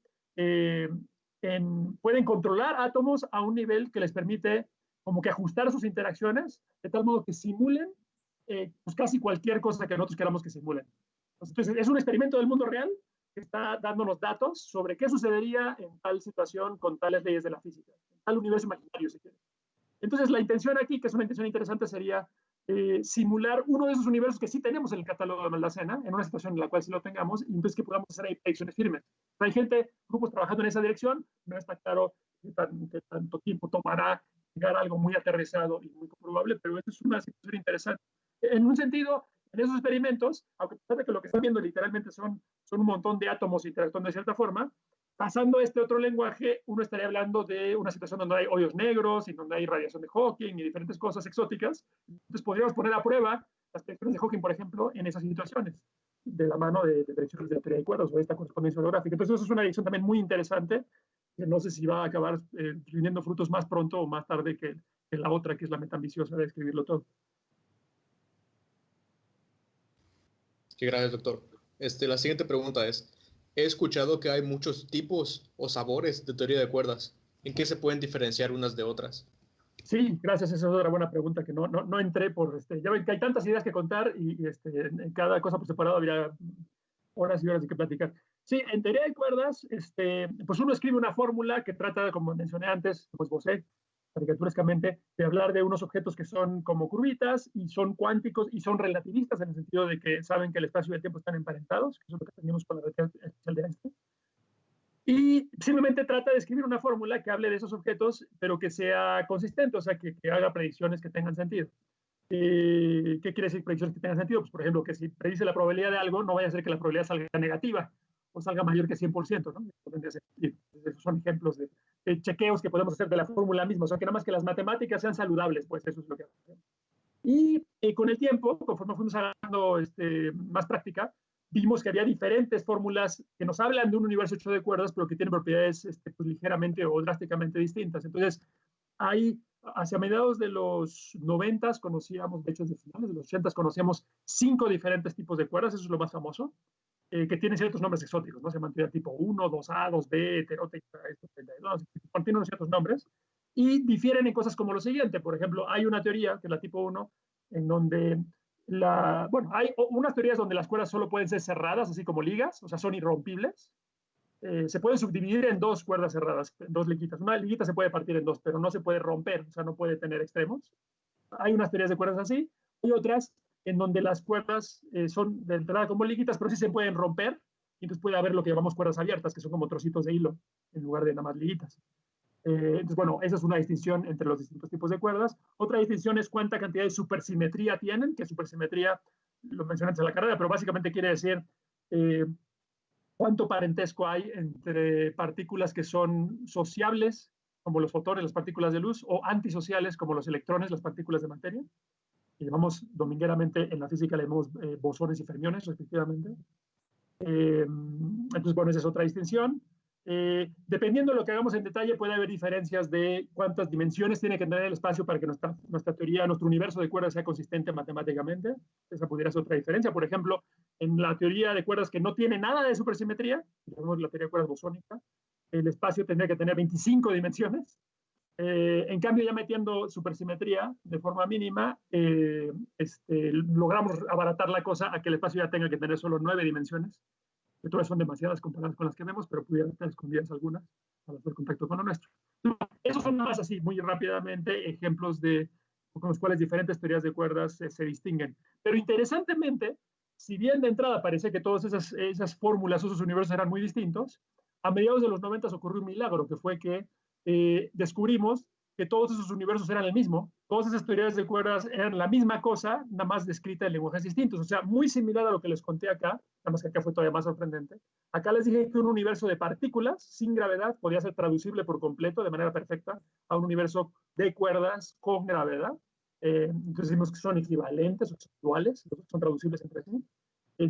Esa correspondencia, decimos, entre los dos. Eso le llamamos una dualidad, por cierto, un nombre técnico.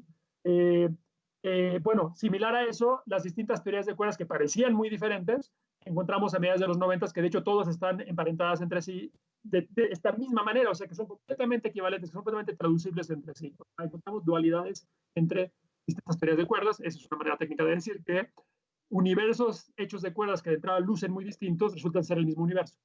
Entonces eso fue famoso que ocurrió a mediados de los 90, Witten participó mucho en eso, y desde entonces sabemos que estamos hablando de una sola teoría, que tenemos un nombre todavía más exótico para ella, le llamamos la teoría M, esa fue propuesta de Witten precisamente. M pretendía ser de misterio, magia, membrana, pretendía ser un nombre esotérico, propósito oscuro, porque no entendemos del todo bien la definición de esa teoría, pero sí sabemos que es una sola. Entonces, tiene distintas facetas, que son las distintas teorías de cuerdas sobre las que fue la pregunta. Ok, gracias. Otra pregunta. Recientemente salió una noticia en la cual Stephen Wolfram daba una teoría del todo. ¿Acaso la teoría de cuerdas puede encajar con lo que menciona Stephen Wolfram en sus reglas para construir grafos? La respuesta rápida es no lo sé. Lo dudo mucho. No he profundizado en lo que Wolfram, pero de nada es un método. Como, desafortunadamente, al menos la manera como lo anunció y el tipo de aseveraciones que estaba haciendo respecto a lo que él tiene, me parece que están muy sobrevendidas, muy sobredimensionadas.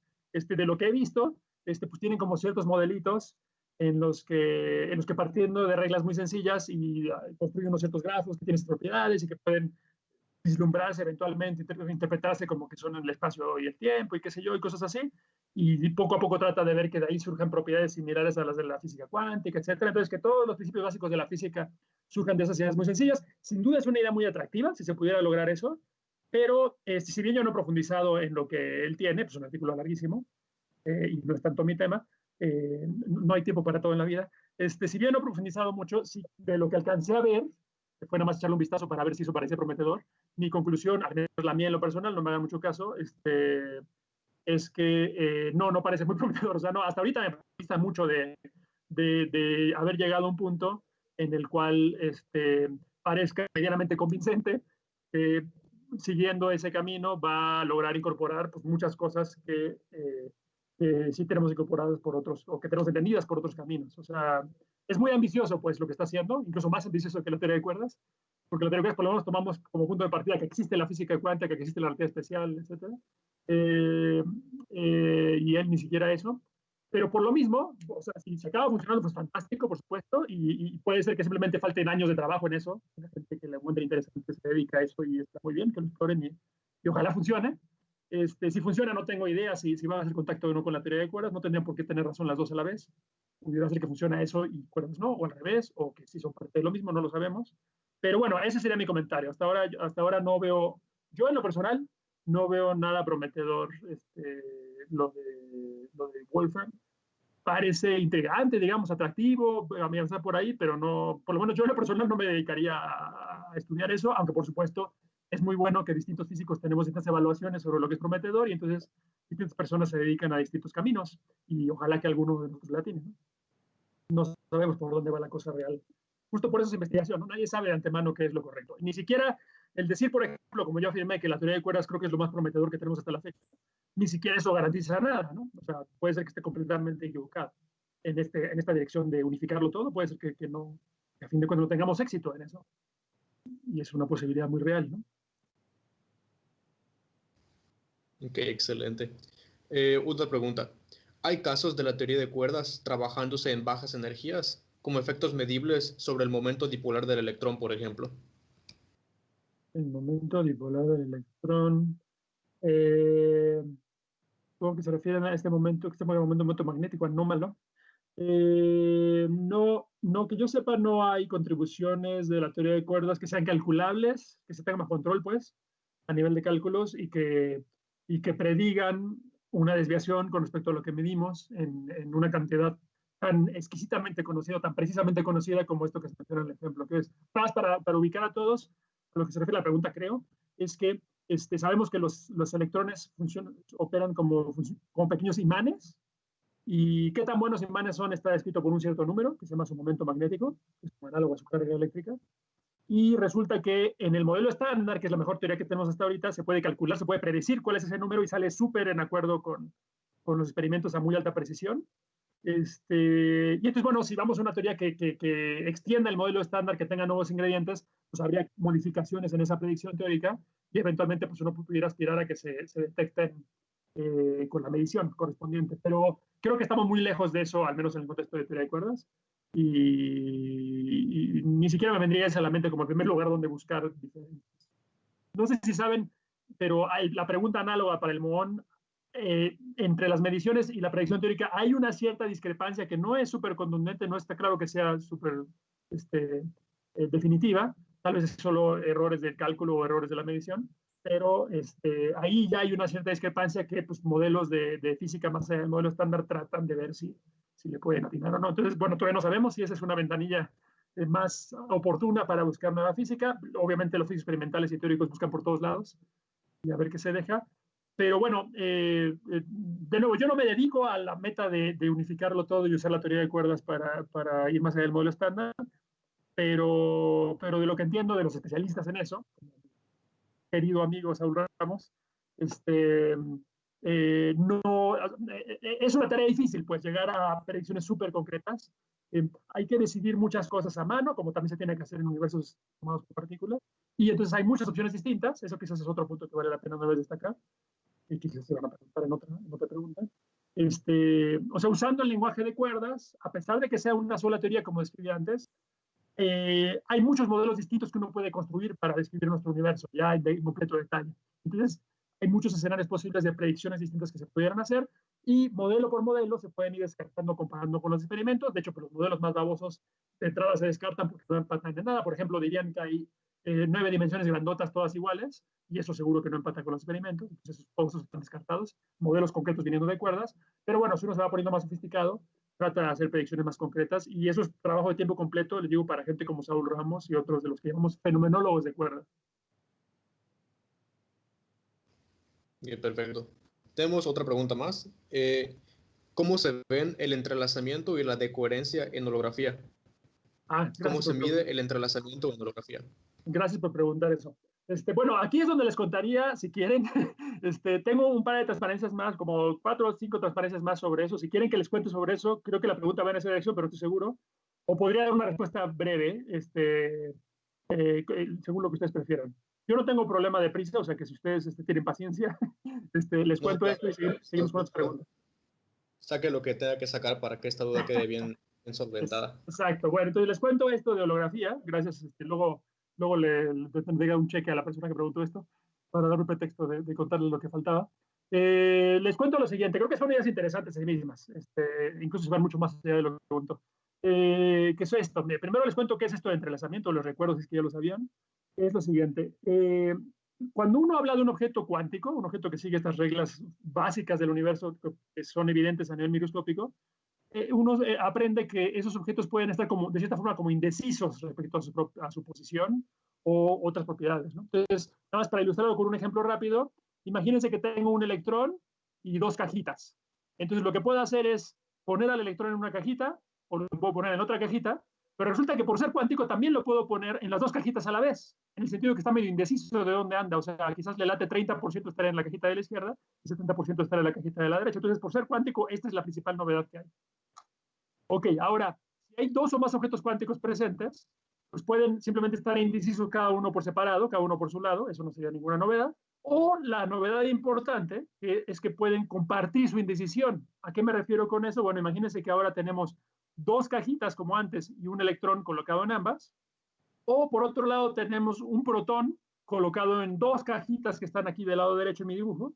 Y entonces está indeciso el protón, y aquí dice que hay 30% de probabilidad de que el protón esté del lado izquierdo, 70% que esté del lado derecho, y similarmente para el electrón del lado izquierdo y derecho, ¿no? O sea, ¿qué quiere decir esto de probabilidad? Quiere decir que si voy con un aparato de medición apropiado para ubicar, para preguntarle al electrón dónde está, 30 de cada 100 veces lo encontraré aquí y 70 de cada 100 veces lo encontraré acá. Pero podemos hacer otro tipo de experimentos, se llama experimento doble rendija, que nos demuestra que en realidad el electrón no es que estaba en uno o en otro y nada más no sabíamos nosotros, sino que estaba en los dos a la vez. Eso es lo marciano de la física cuántica. Pero bueno, imagínense esta situación que yo puse aquí caricaturescamente, en la cual hubiera 30% de probabilidad de que el electrón esté en su cajita izquierda y 30, y ahí mismo el electrón está en la cajita izquierda y que el protón esté en la izquierda, o el 70% restante de que el electrón está en la derecha y el protón en la derecha. Entonces, esta conjunción y aquí es crucial.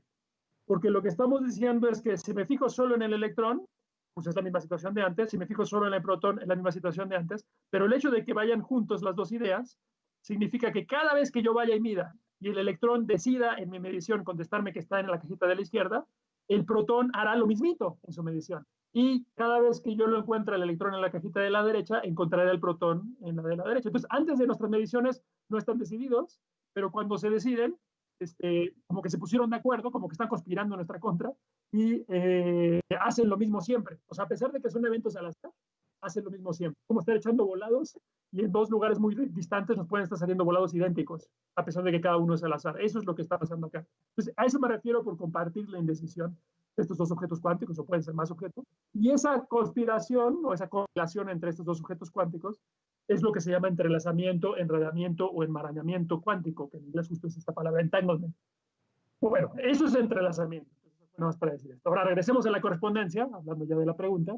Yo les mencioné que tener un universo donde hay una sopa de gluones, una sopa caliente de gluones, caricaturescamente similar a la del mundo real, corresponde a tener un hoyo negro en cierto espacio de más dimensiones que está chueco de cierta forma. Eso es lo que yo les dije. Bueno, ahora, para propósitos de esto del entrelazamiento, consideremos, bueno, primero voy a dibujar el hoyo negro así, nada más para expresar que un hoyo negro pues es que está chueco el espacio y tiempo de cierta forma, aquí estoy poniéndolo como esquemáticamente, aquí está el horizonte del hoyo negro, y lo que pretendo dibujar aquí, me importa mucho eso, o sea, en la orilla del hoyo negro.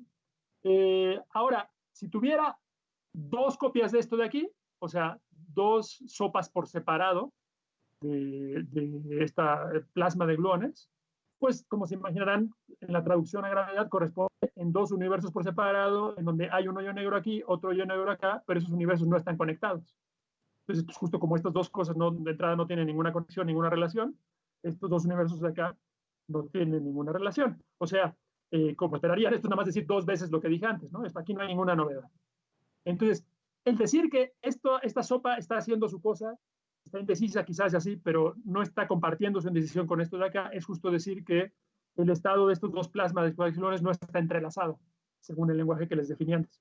Entonces aquí no hay entrelazamiento entre estas dos sopas de gluones, estas dos sopas de partículas, y de la mano de eso, aquí estos dos universos resulta que están desconectados. Bueno, lo novedoso que se descubrió apenas hace unos años es que en el contexto de la correspondencia holográfica, si pasamos, en cambio, a una situación en la cual estas dos sopas de partículas están muy entrelazadas, o sea, están muy compartiendo su indecisión cuántica, increíblemente, en la traducción aquí al lado de gravedad, lo que antes eran dos universos disjuntos, disconexos, ahora son dos universos conectados a través de un túnel, como estoy marcando aquí en la caricatura. Un túnel que es lo que llamamos un agujero de gusano. Entonces, increíblemente, tener entrelazamiento aquí, que es como una misteriosa conexión a distancia, no es un túnel, ni nada así en el espacio, es nada más como o sea, esto es nada más como una indicación esquemática de que hay una conspiración entre lo de aquí y lo de acá, que están compartiendo su indecisión. esta mágica conexión a distancia que es el entrelazamiento cuántico, al traducir al lenguaje del universo de cuerdas, del universo con gravedad, esta mágica conexión aquí se convierte en una conexión mucho más ordinaria, que es una conexión en que hay un túnel en el espacio que conecta un universo con el otro. Eso es lo que llamamos un agujero de gusano. Tema muy utilizado en las películas de ciencia ficción. Pero este es un agujero de gusano que no se puede atravesar de entrada. O sea, no sirve para las películas de ciencia ficción, no es como el de Interestelar, porque uno no puede. Está creciendo de tal modo que aunque uno se meta aquí, no alcanza a salir por el otro lado. Eso de entrada. Ok, ahora, esto se ha resumido en la siguiente idea, propuesta hace apenas pocos años déjame decirlo una vez, por Maldacena y Susskind, un físico estadounidense en Stanford. Maldacena está en Princeton. Y bueno, lo que afirman es que esta conexión es general, o sea, se tiene un ejemplo concreto o ciertos ejemplos concretos en la correspondencia, pero ellos conjeturan que esta es una conexión mucho más general, es decir, que en una teoría de gravedad cuántica, cuando quiera que uno tiene entrelazamiento cuántico en una descripción, eso implica necesariamente que existe un puente espacial, como puse aquí este túnel que llamamos un agujero de gusano. Entonces, esa es la propuesta, es más una conjetura, no estamos seguros, aunque tenemos evidencia a su favor, pero ellos la resumieron coquetamente con esta abreviación. ER es la abreviación de Einstein y Rosen, que son quienes publicaron el artículo de agujeros de gusano.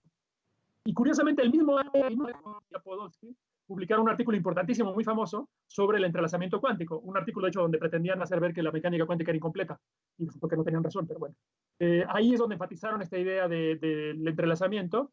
Y entonces desde ese momento se le llama pares EPR a partículas que están compartiendo su decisión con entrelazamiento. Entonces le llaman a esto la conjetura que ER es igual a EPR, Einstein, Podolsky, Rosen es igual a Einstein, Rosen, o sea, agujeros de gusano es lo mismo que entrelazamiento. Ese es el resumen coqueto de esta propuesta. O, como dice a veces la gente, la conjetura es que Podolsky es igual a 1, porque si cancelan la E y la R, les queda nada más que la P es igual a 1. Entonces, bueno, esa es una idea. Obviamente parece de nuevo que estoy sacando ideas estrambóticas o extrañas, exóticas de algún lugar extraño. Pero bueno, tenemos cierta evidencia de que las cosas van por aquí. O sea, en otras palabras, tenemos cierta evidencia de que el entrelazamiento cuántico juega un cierto papel importante en la descripción de la gravedad para explicar cómo es que está ensamblado el espacio y el tiempo, por qué están juntos un trozo de espacio como junto con otro. Parece que juega un papel fundamental el entrelazamiento cuántico y esa es una novedad muy importante. En sentido inverso, entender este tipo de cosas ha servido para calcular entrelazamiento cuántico en situaciones con fuerzas intensas donde normalmente no sabríamos hacer cálculos y eso ha sido una aplicación importante. Y déjenme nada más decir un par de últimas cosas.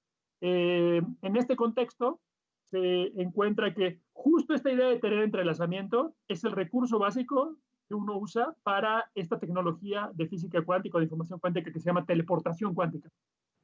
Y eso requiere como poner una interacción entre estas partículas de aquí que estaban compartiendo su decisión con lo de acá, o sea, permitir que se mande una señal de aquí para acá, por ejemplo, que le echen un telefonazo de aquí para acá para decir que salió una cierta medición. Bueno, esos son los ingredientes básicos que operan en el entrelazamiento cuántico. Si no lo han oído nunca eso, no van a entender lo que estoy diciendo, pero nada más créanme, usando entrelazamiento se puede hacer teleportación cuántica. Bueno, eso quiere decir de este lado que usando el agujero de gusano se debe poder mandar algo de aquí para acá. Y justo se encuentra que cuando uno pone esta conexión de aquí para acá, que es análoga a la llamada telefónica, la interacción que uno entendió para hacer la teleportación, justo se encuentra que este agujero de gusano ya se vuelve atravesable, es decir, que ahora sí uno puede saltar aquí y salir por acá. Entonces, justo las dos cosas, es como más evidencia, pues es que estas dos cosas van de la mano a pesar de que parecen tan distintas. Bueno, lo último que les digo de esto, que creo que quizás es lo más entendible, aunque de todo modo sorprendente, es que otro resultado reciente en toda esta historia, esta es una dirección que se ha estado explorando activamente desde por ahí 2006 y que hemos participado también desde aquí, desde México.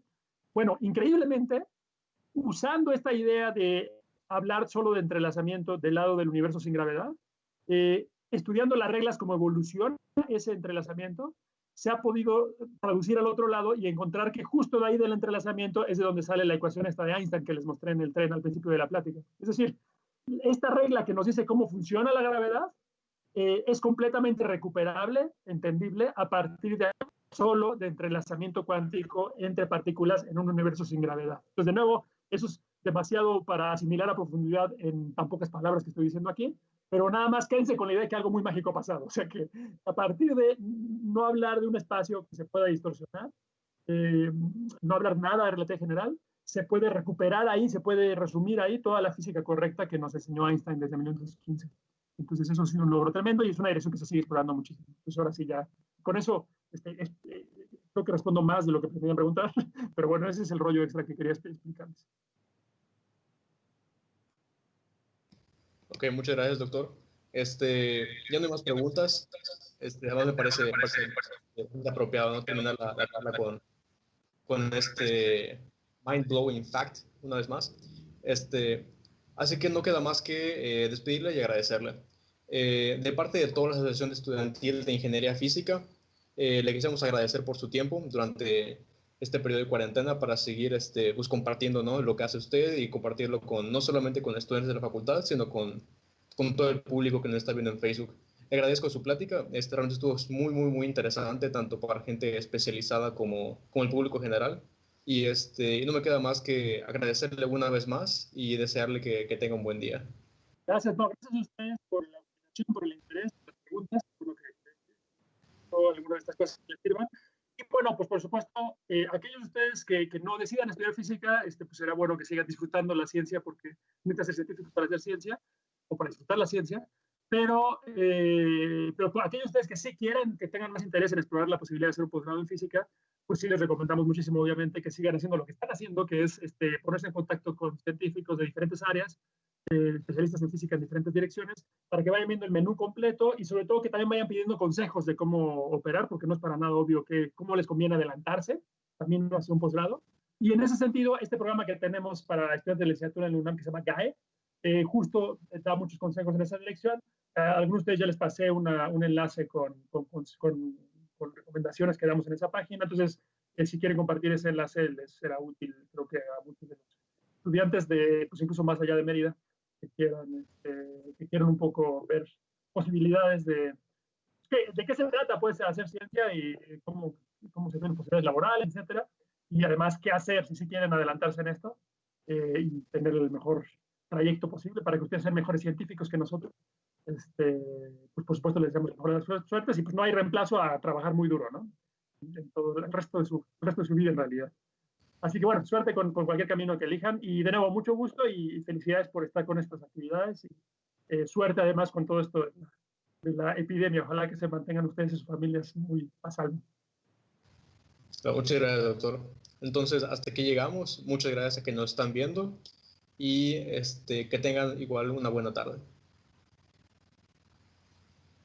Ahora sí, espero, doctor, unos segundos a que se corte la transmisión.